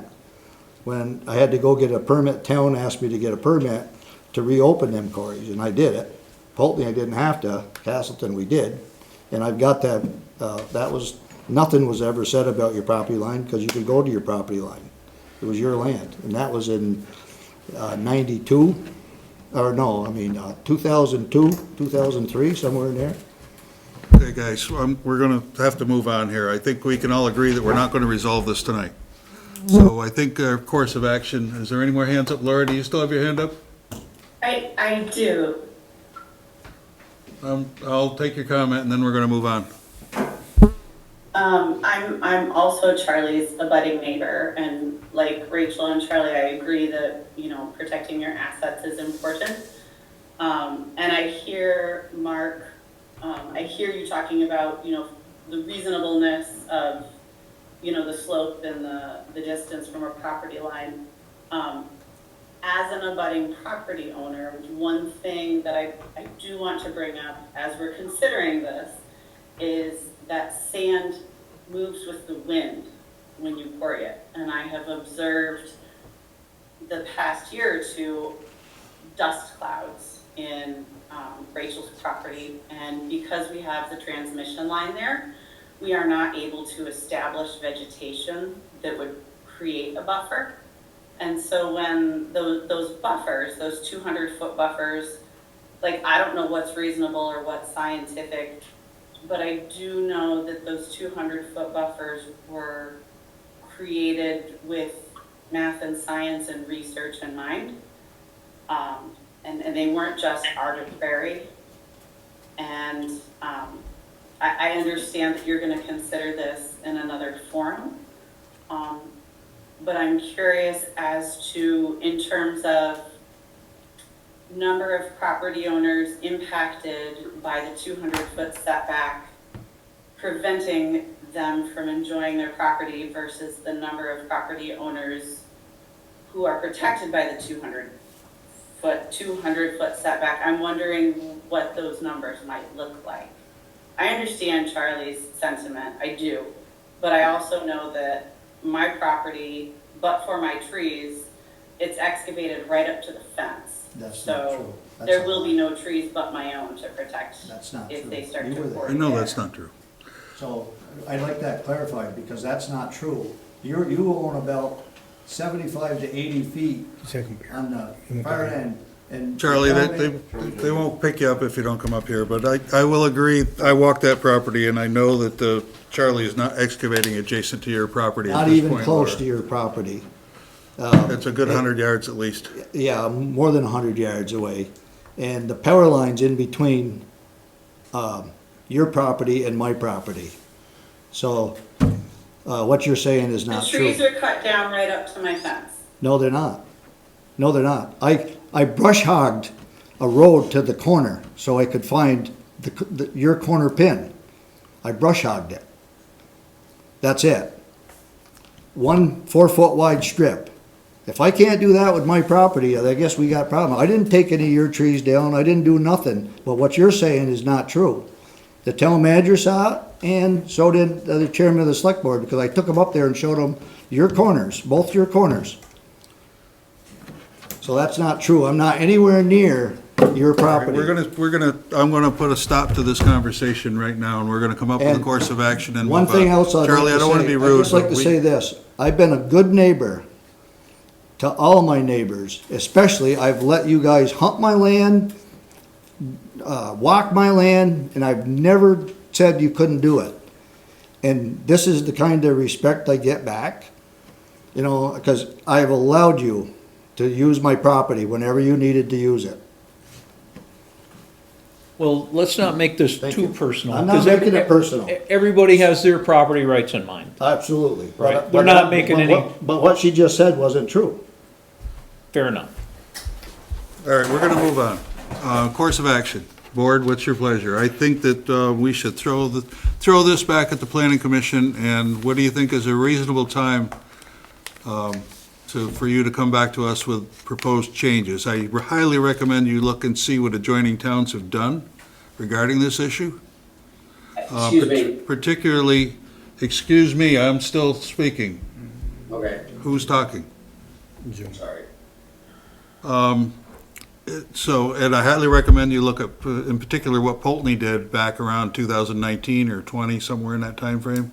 There's a copy, the document that, oh God, I can't remember his name now. Terry Williams. Terry Williams created and gave to us, was quite informative, and we'll make sure you get a copy of that as well. And then, if you can come back to us in a reasonable length of time, what do you think is reasonable? Yeah, I'm just curious, I mean, we can just on this one issue, but there are other issues we may want to address at the same time. So it depends on what you, I think that we should focus on this one first. okay? And then as subsequent changes come to mind, then we'll definitely entertain those as well, because you brought up some good points earlier.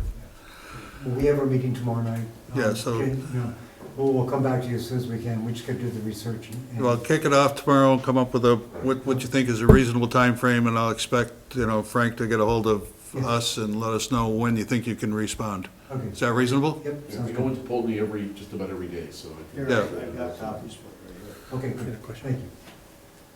And your name, sir? My name's Justin. I'm Rachel Axelson's husband. So, not trying to be difficult, but just a quick question. it's all about like process, right? And we have to go through this process. But in the meantime, you know, for Rachel and her dad and that property, like the excavating is like, is that allowed to continue? Is it something that has to stop for a period of time so that, you know, you guys and the whatever other boards or whatever have the opportunity to like discuss it and what makes sense? Or is it just, you know, You guys took like what's the offense, yeah. step, you know, because right, you know, I don't wanna be difficult, right? But essentially, Rachel's property is a pretty large portion there. It's being excavated every day, and at the end of the day, you can't put the dirt back. So we don't wanna stop Charlie from his livelihood. We're both native Vermonters that were forced to move out. We're the family that you guys are talking about, because we couldn't afford to live in Vermont anymore. And so, you know, what we don't want is, he can't put the dirt back, right? Once it's excavated, it's kind of excavated. So we want there to be a plan, we want to be a part of that process, but in the meantime, like, what happens? Ask them if they could come up so we could meet as soon as possible. Would you be willing to come up and meet with Charlie? I mean, we could totally come up and meet with Charlie. We were just up there this week, taking care of some stuff, and, but yeah, with Charlie, like, more than happy to discuss anything with you. We just don't want it to get worse, and we want to be reasonable. Like, we're not unreasonable people, but there's some real questions here, and it's not just our properties, it's others and whatever. I think that's probably your next logical step at this point in time. All right. I appreciate everybody's time. Sorry for interrupting you. Sorry, I really didn't mean to. That's okay. So the rest of the board agree with our course of action. The planning commission is gonna meet tomorrow night. They're gonna kick this discussion off and come up with a reasonable time frame to resolve this. Yes. Okay? I had a question. Yes, sir. Does that require, or would you require the planning commission to have a chance for the public to come in to talk to them about it? Well, I think they would have to, wouldn't they? 'Cause otherwise, how do they make the decision? if they Well, don't have- I did, when I was looking at the planning commission's agenda, this item is actually on their agenda at this point, isn't it? Wasn't it? No, the town plan was. What else was on your agenda tomorrow night? No, it's our first meeting from July, so voting of officers, reviewing minutes, so this will be, we can add this to the meeting tomorrow. I don't recommend that because people don't see the agenda Won't be change. properly warned. And they won't get a chance to come see it. So we'll put it on the next meeting. Yeah. What you could do is have a discussion about what your course of action would be. That's what we will. And then you can come back to us with Other that. business is what we'll talk about as the course of action. But you can't Do take some any action. research and education. But don't take any action until a subsequent meeting when it's properly warned. Yep. Okay. Do you agree with that? Yes. Yeah, and Charlie, I'll reach out to you tomorrow. Thank you. One more question for Charlie. You don't have a screening plant or anything there, do you? No, I don't. He does not. This sand is beach sand, it's really fine sand. Same thing that's in my yard and your The yard. reason that most of my sand now goes for bedding for cows, because you can't get sawdust anymore, so we deliver it to all these big farms. They use it for bedding underneath their animals, because you can't. Instead get of sawdust straw. anymore. Everything, all the sawmills are shut down, so they use it for bedding. 85% of all the sand that I sell now goes for bedding for farm animals. All right, we're gonna move on and talk about the town plan. Another light subject. I thought we had a course of action at the close of our meeting on the 27th. Was it the 27th or 29th? I don't remember the date. 29th.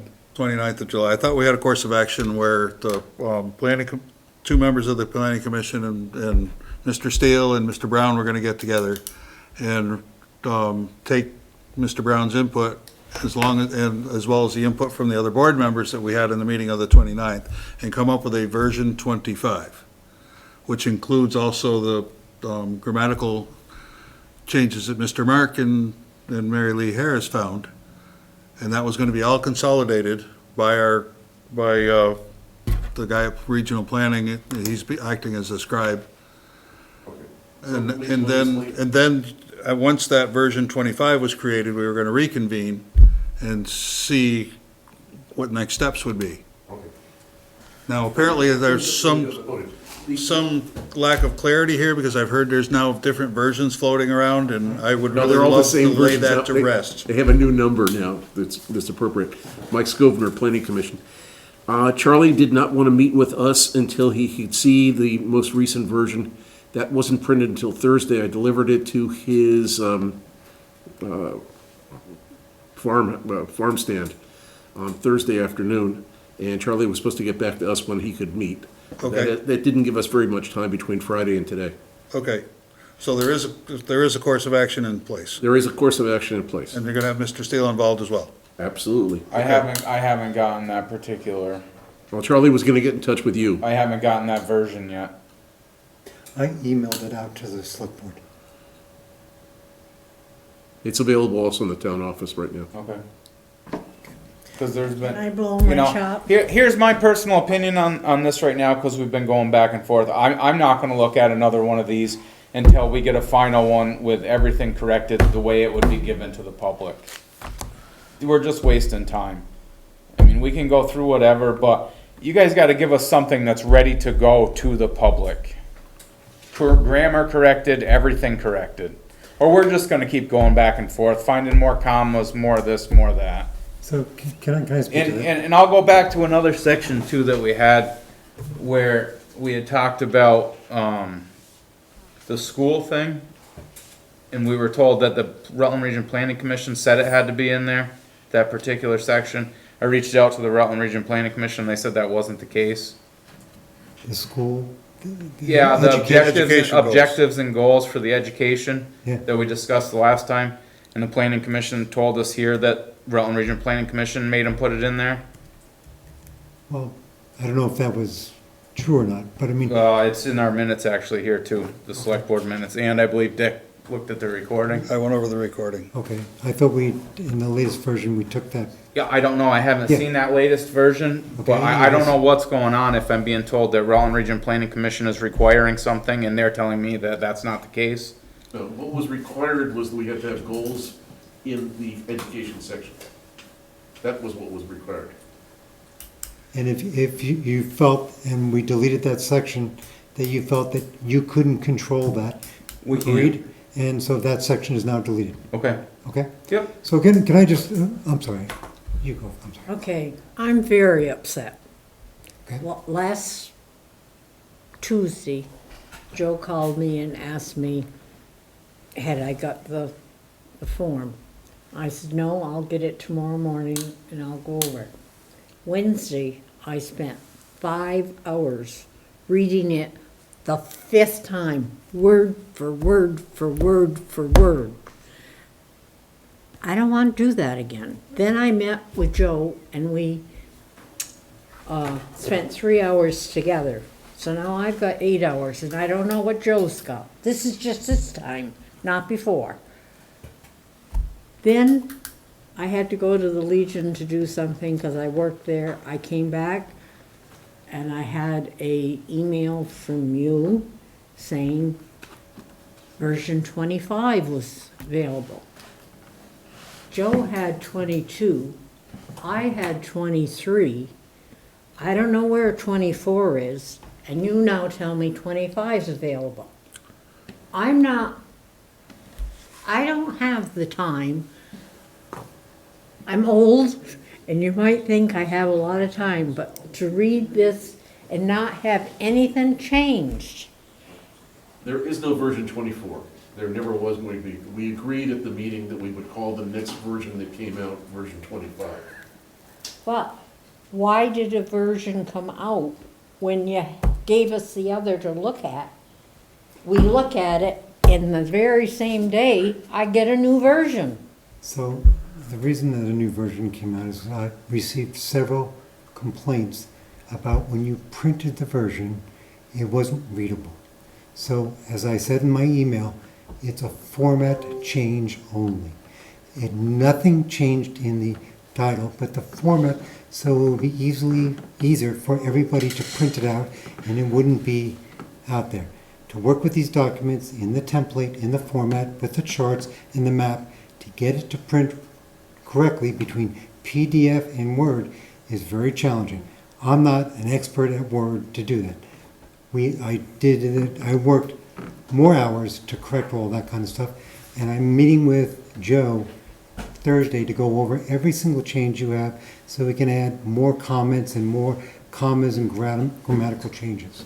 We're meeting with like I said, we're gonna go over all the changes. From the last meeting that the select board had, there were 53 suggested changes to the town plan. I've executed over 34 different changes on the document. They're done. There are 19 changes that related to open-ended questions like, oh, we should add more bullet points, or we should take it back to the planning commission to understand it, or assigning to different people.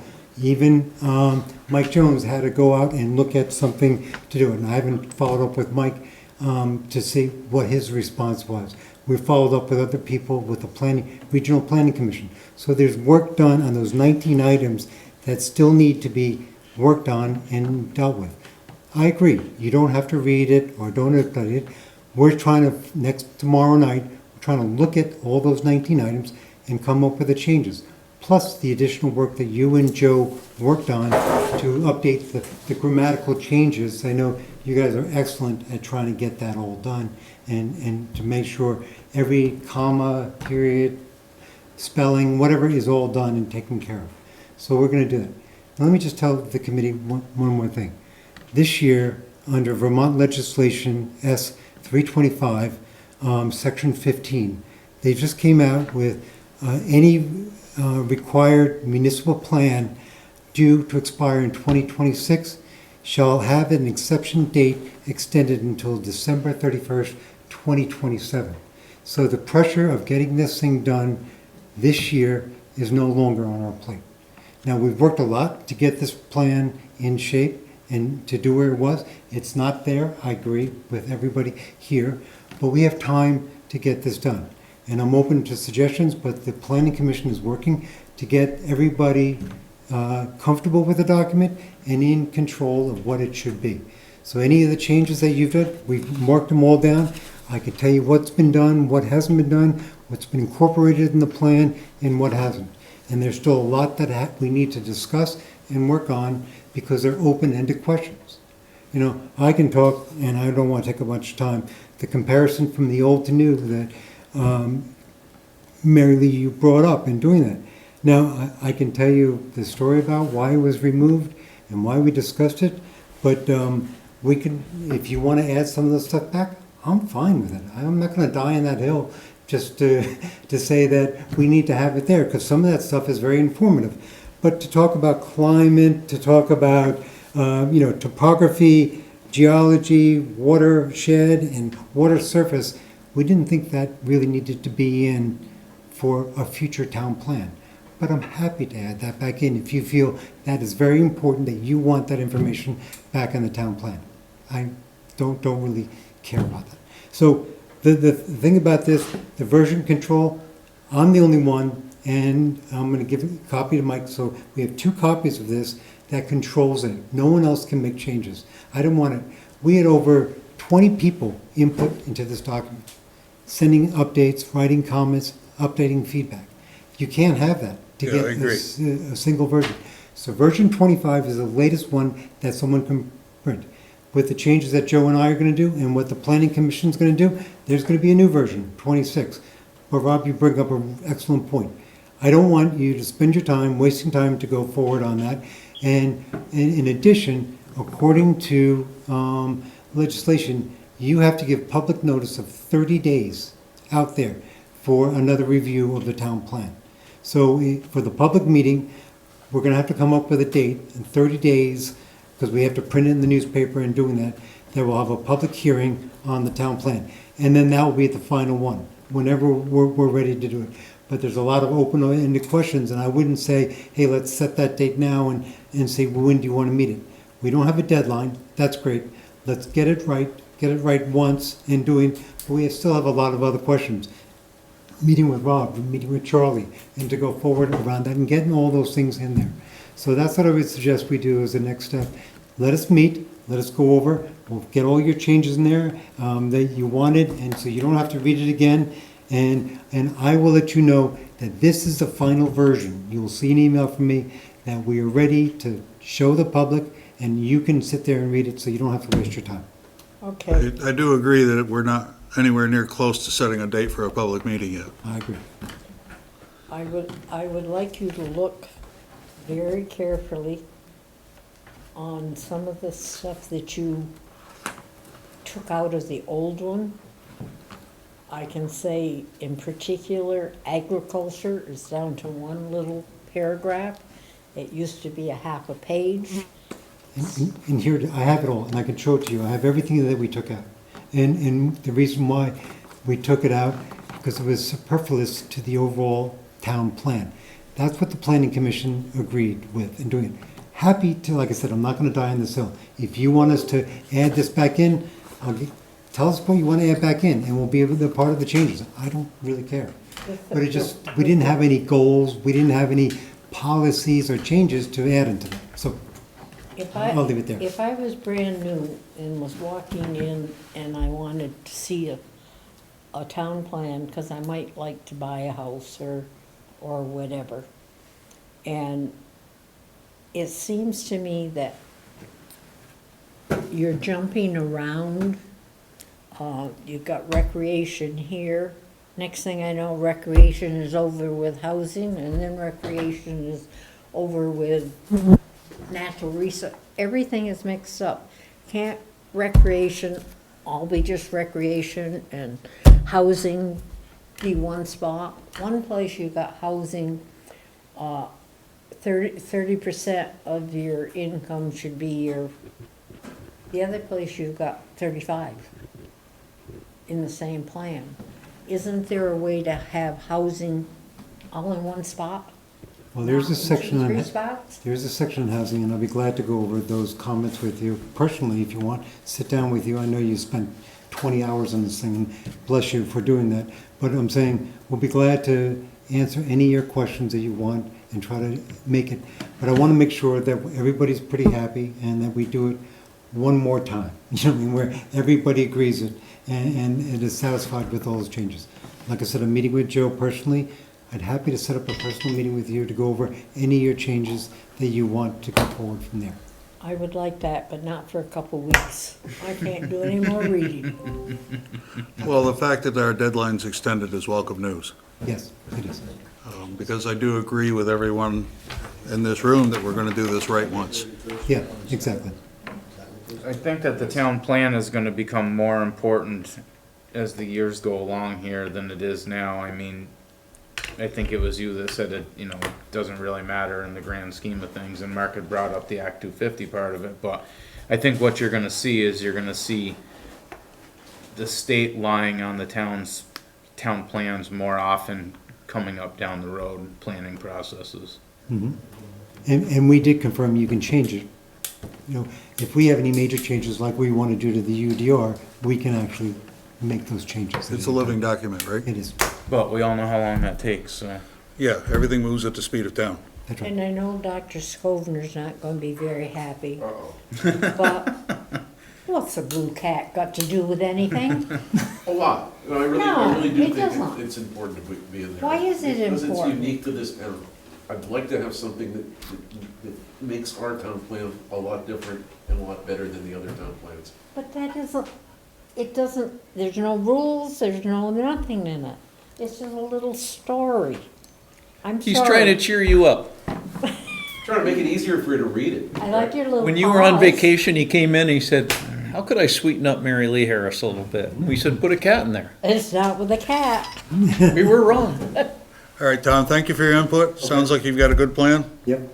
and we're gonna move on to the next item on the agenda. Yeah, I know you guys have put a tremendous amount of time in that, and we really appreciate it.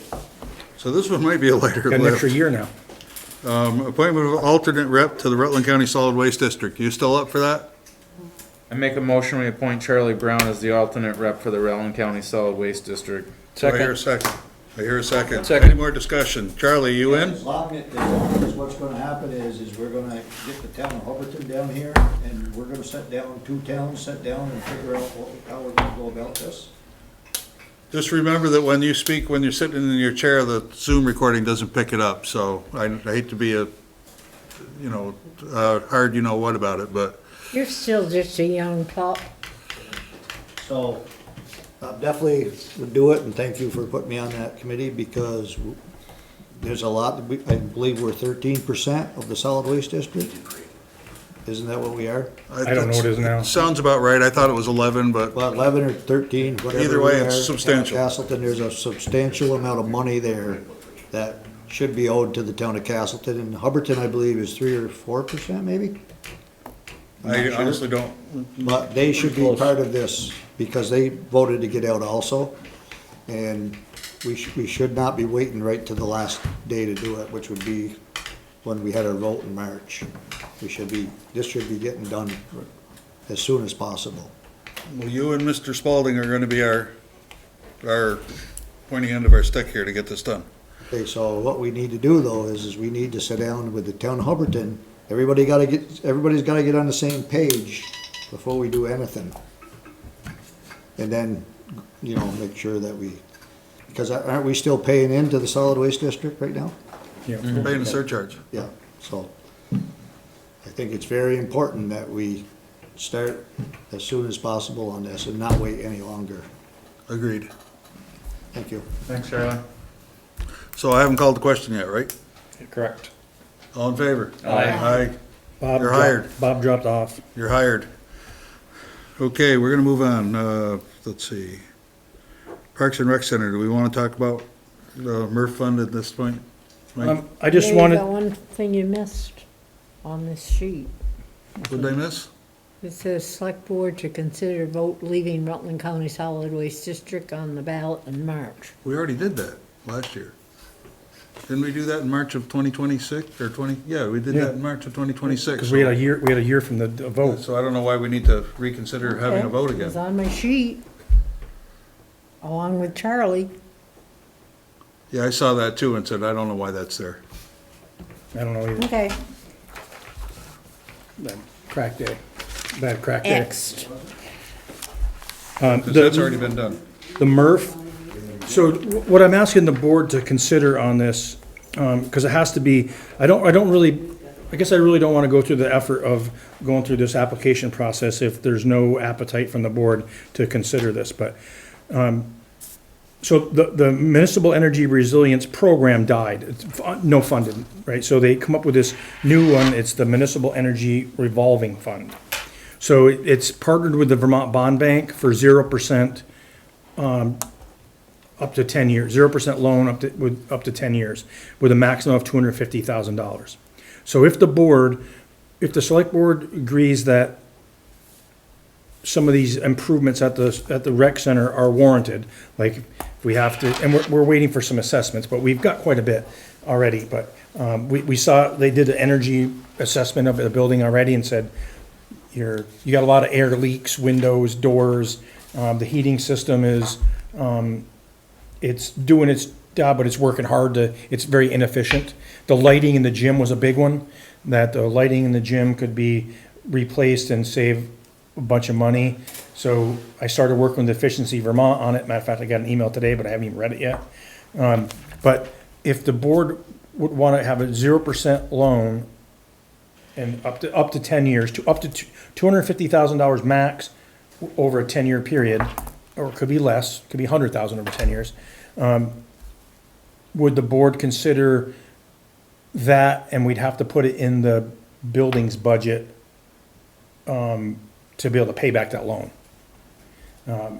So we're getting, I'll say nickel and dimed, but we did an ADA bathroom. We've got heating system stuff we're paying out of our pocket right now. And I just don't know how long we can keep kicking that can down the road without getting this stuff fixed. It's just costing us money. Those lights in the gym are killers. That's one of them. It's like $14,000 a year for the lighting in there. And I'm in favor of it, especially now we have tenants here that are paying some of the expenses, and we can reduce these costs by a substantial amount. I think I put it in the packet, didn't I? So You did. we were getting 39,400, was it? 39,500 in the lease and rentals. And if the the upgrades took all $250,000, it would be $25,000 a year to repay the loan, which would still give the difference of $14,000, to still reduce costs or take the burden off what the taxpayers are paying right now. And we'd realize some of that in energy cost savings. Correct.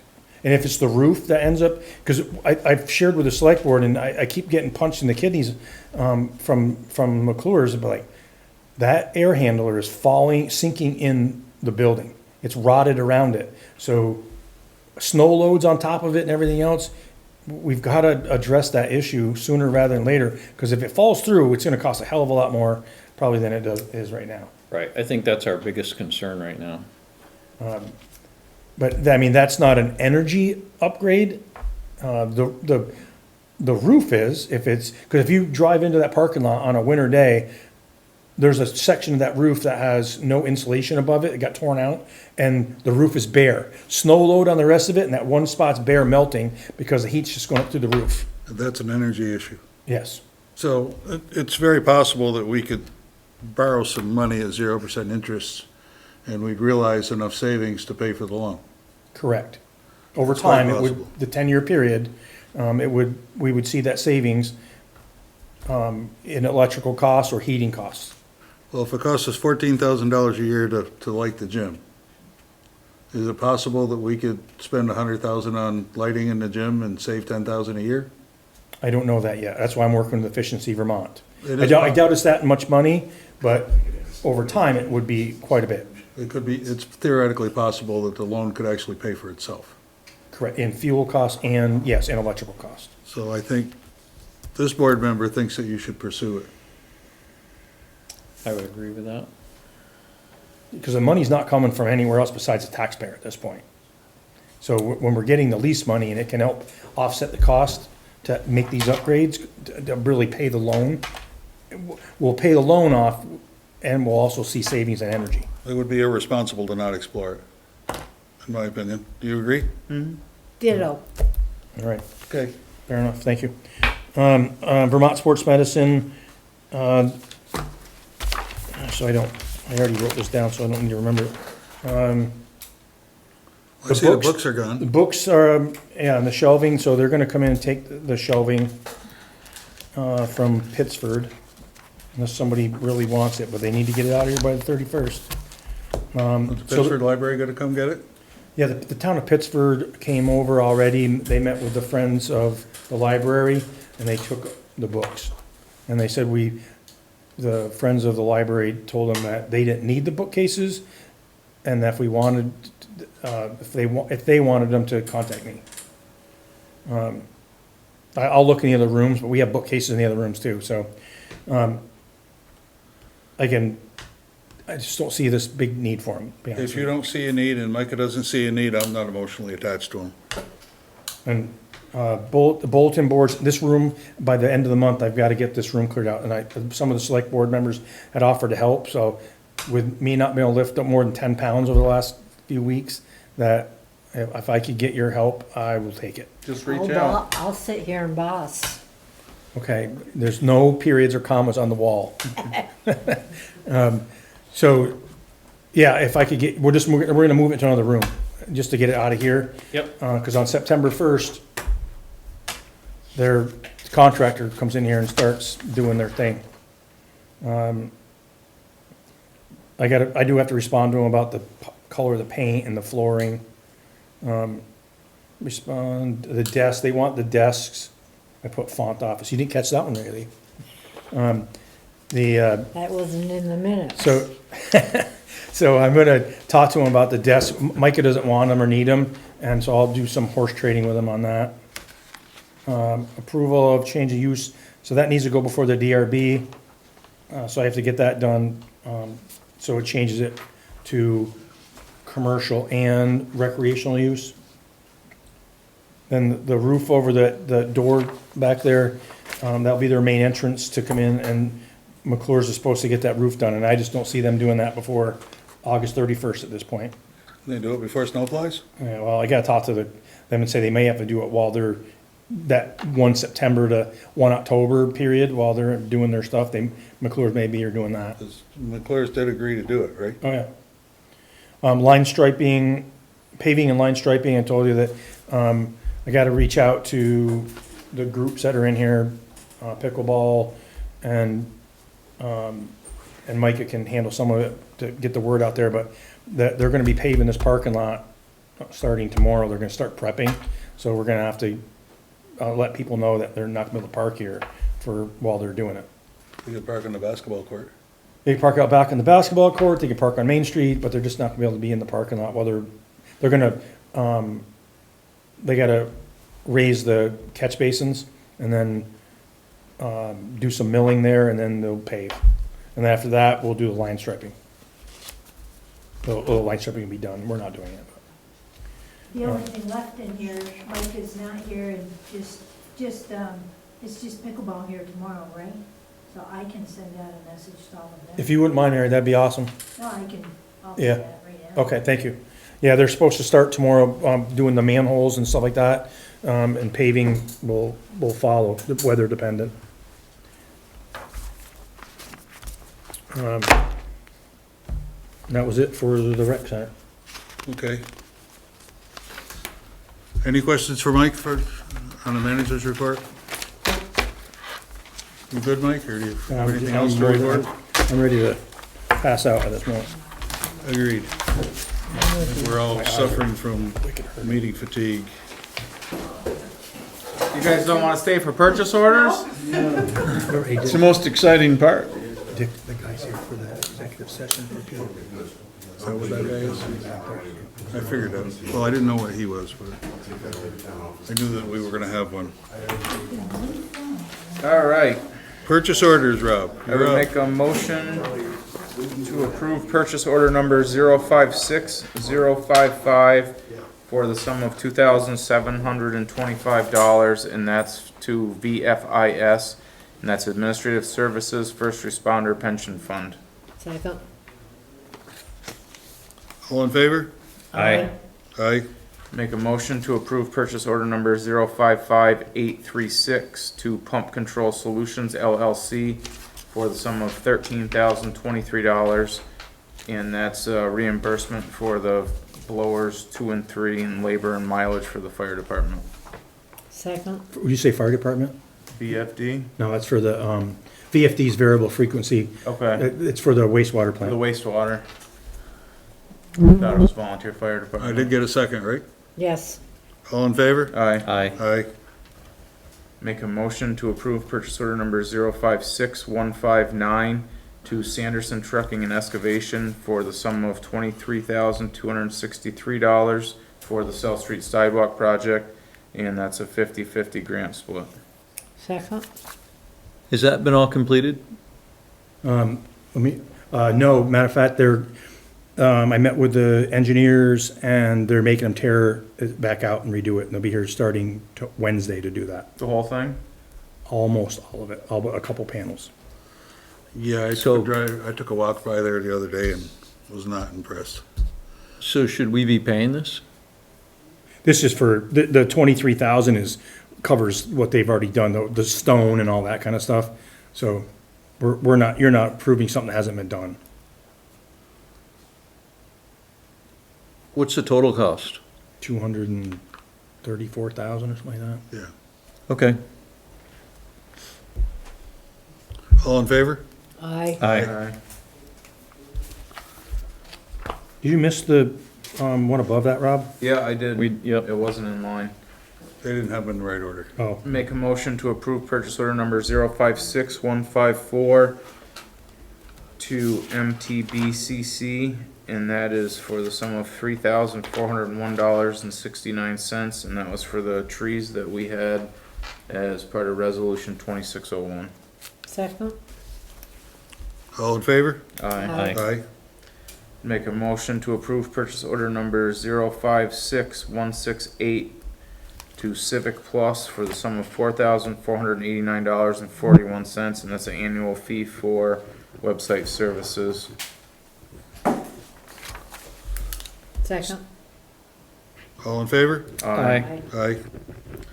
Make a motion to approve purchase order number 056260 for the sum of $3,900 to CAI Technologies, and that's the annual fee for tax map services. Second? All in favor? Aye. Aye. Aye.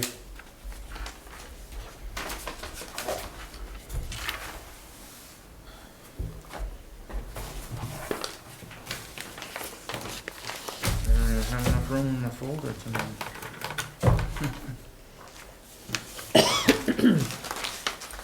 You ready for purchase orders? No, but I'll take Or warrants, take rather? warrants. Make a motion to approve warrant number 0821 for the sum of $61,359.32. Warrant number 0824 for the sum of $71,801.58. Warrant number 0813P for the sum of $28,872.95. And warrant number 0820P for the sum of $30,280.24. Second? All in favor? Aye. Aye. You didn't spend much money as usual. No, the school was in there for a cool $1 million.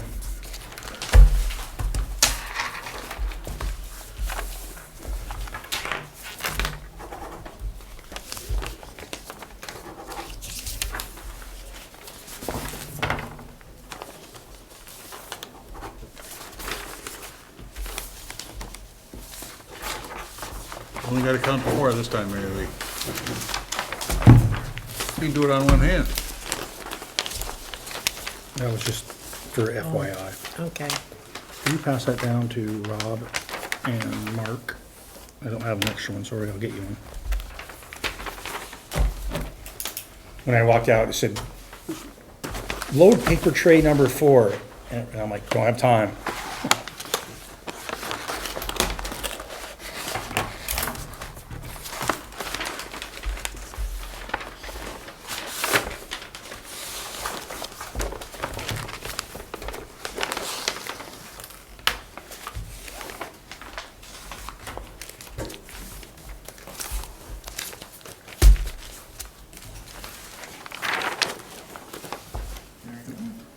Here you go, Mary Lee. Your autograph. Oh, my eye is killing me. Yeah, it doesn't look so hot. Yeah, you're looking tired. Yeah. Well, now I feel better. I thought he was stoned. That would hurt, probably.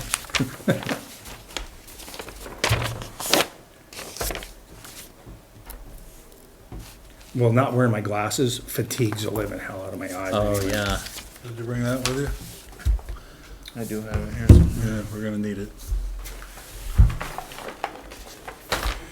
Thank you, ma'am.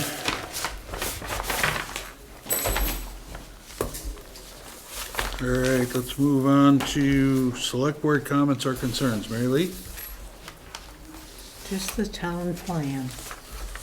My big concern. Well, we beat that horse enough today. Yes, we certainly have. Mark? Just as an update, the plans for the bicycle pump track are all done.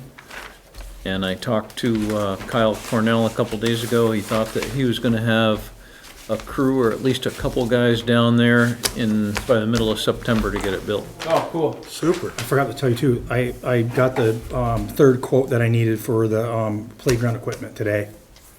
So I'll get that back and, Great. and hopefully there's some time to be able to get that stuff done before winter. Thank Yeah. God, it's not one of those things that can't be done in cooler weather. Yep, I think we can lean on them to get that done. Rob? I have Or Mark, nothing, you done? I haven't gone through.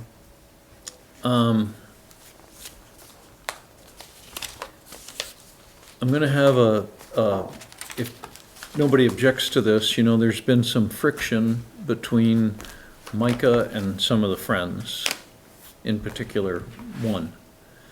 And, I talked to Micah about this, and I've talked to Andy Vermillier about it, and, those two and the offender and myself are gonna have a meeting next Monday at 6 o'clock and see if we can smooth some of that out and establish, that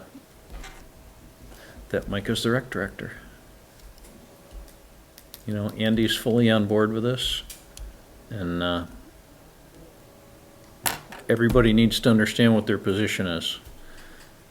Yeah, I hate to lose another person because they get kind of run out of here because they're just sick of the tension and the stresses of battling with someone like that. Yep, yep, and Andy's a really, really reasonable guy, and he sees it, and he wants to end it too.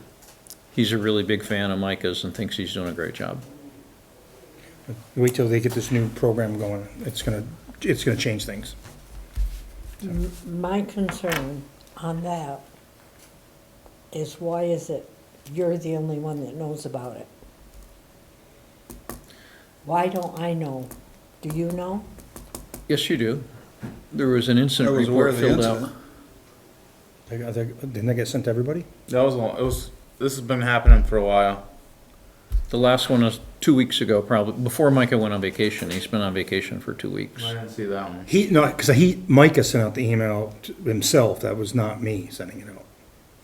Right. I honestly don't know who Micah sent that email to. Yeah, I didn't hear anything about him. Micah had a verbal discussion with a member of Friends of Rec that did not go well. Okay. He's been pushed around a little bit, and he doesn't want to get pushed anymore.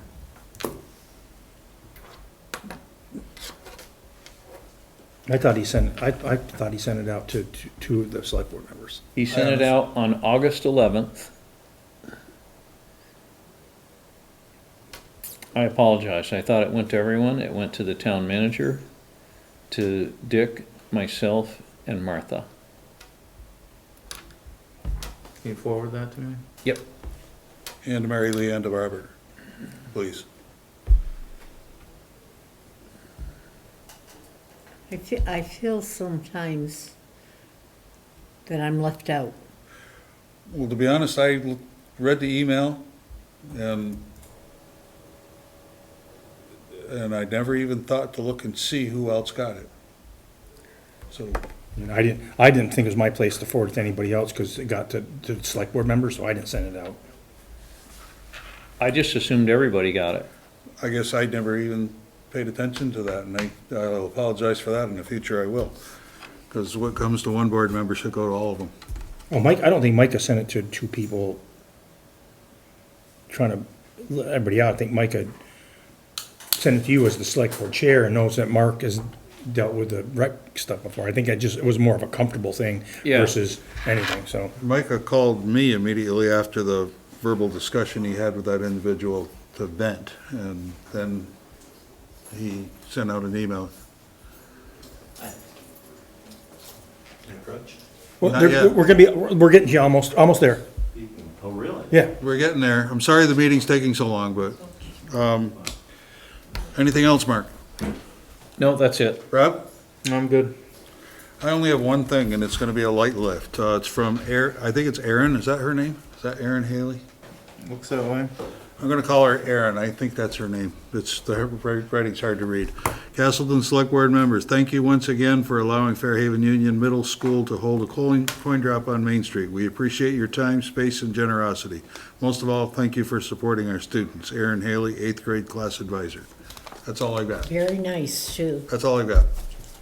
No, we don't get thank yous very often. No, I thought I would Notes share are that with nice. the rest of the board. Nice to have one. So, action items. I didn't write anything down tonight. I was so, Mark's gonna get a hold of Lyle Welding. Yep. About stretching the truck. Yep, I'm gonna call one other company as well and get at least a ballpark estimate. I'm going to go up and talk to Evan about the sidewalk plow. Somebody's gonna call, you said you were gonna call Jeff, tell him to cancel the meeting with Viking? It's that time. It is that time. Time for me to go, the same thing I have to do every week, to look up the password, because I can't remember it from week to week. that's pretty much it, right? Other than the 146 things Mike has to do. Mike's gonna get a hold of us if when he needs help moving this stuff out. Yep. Yeah, note that down, because I'm gonna be gone Thursday and Friday this week to Boston for my eyeball. Your eyeball has priority. How's your stepdad doing? He is a little tired right now, but he is resting mostly right now, and he's hydrating, because he was, not only did he probably have a mild heart attack, but he is dehydrated. All right, so we're You gonna could move probably on take to your stitches executive out. session for personnel. I move to find that premature general public knowledge regarding the personnel matter at hand would put the board at a substantial disadvantage because of the sensitive nature of the personnel situation. I move that we enter into executive session to discuss the personnel matter under the provisions of Title I, Section 313, 3A3, with the town manager, the select board, and His name, Michael R., I'm gonna butcher the name, Knoppel? Close enough? At 11:01. Holy cow. Yeah. yeah. I guess I lost track of time. So Mary No Lee wonder I feel seconded. tired.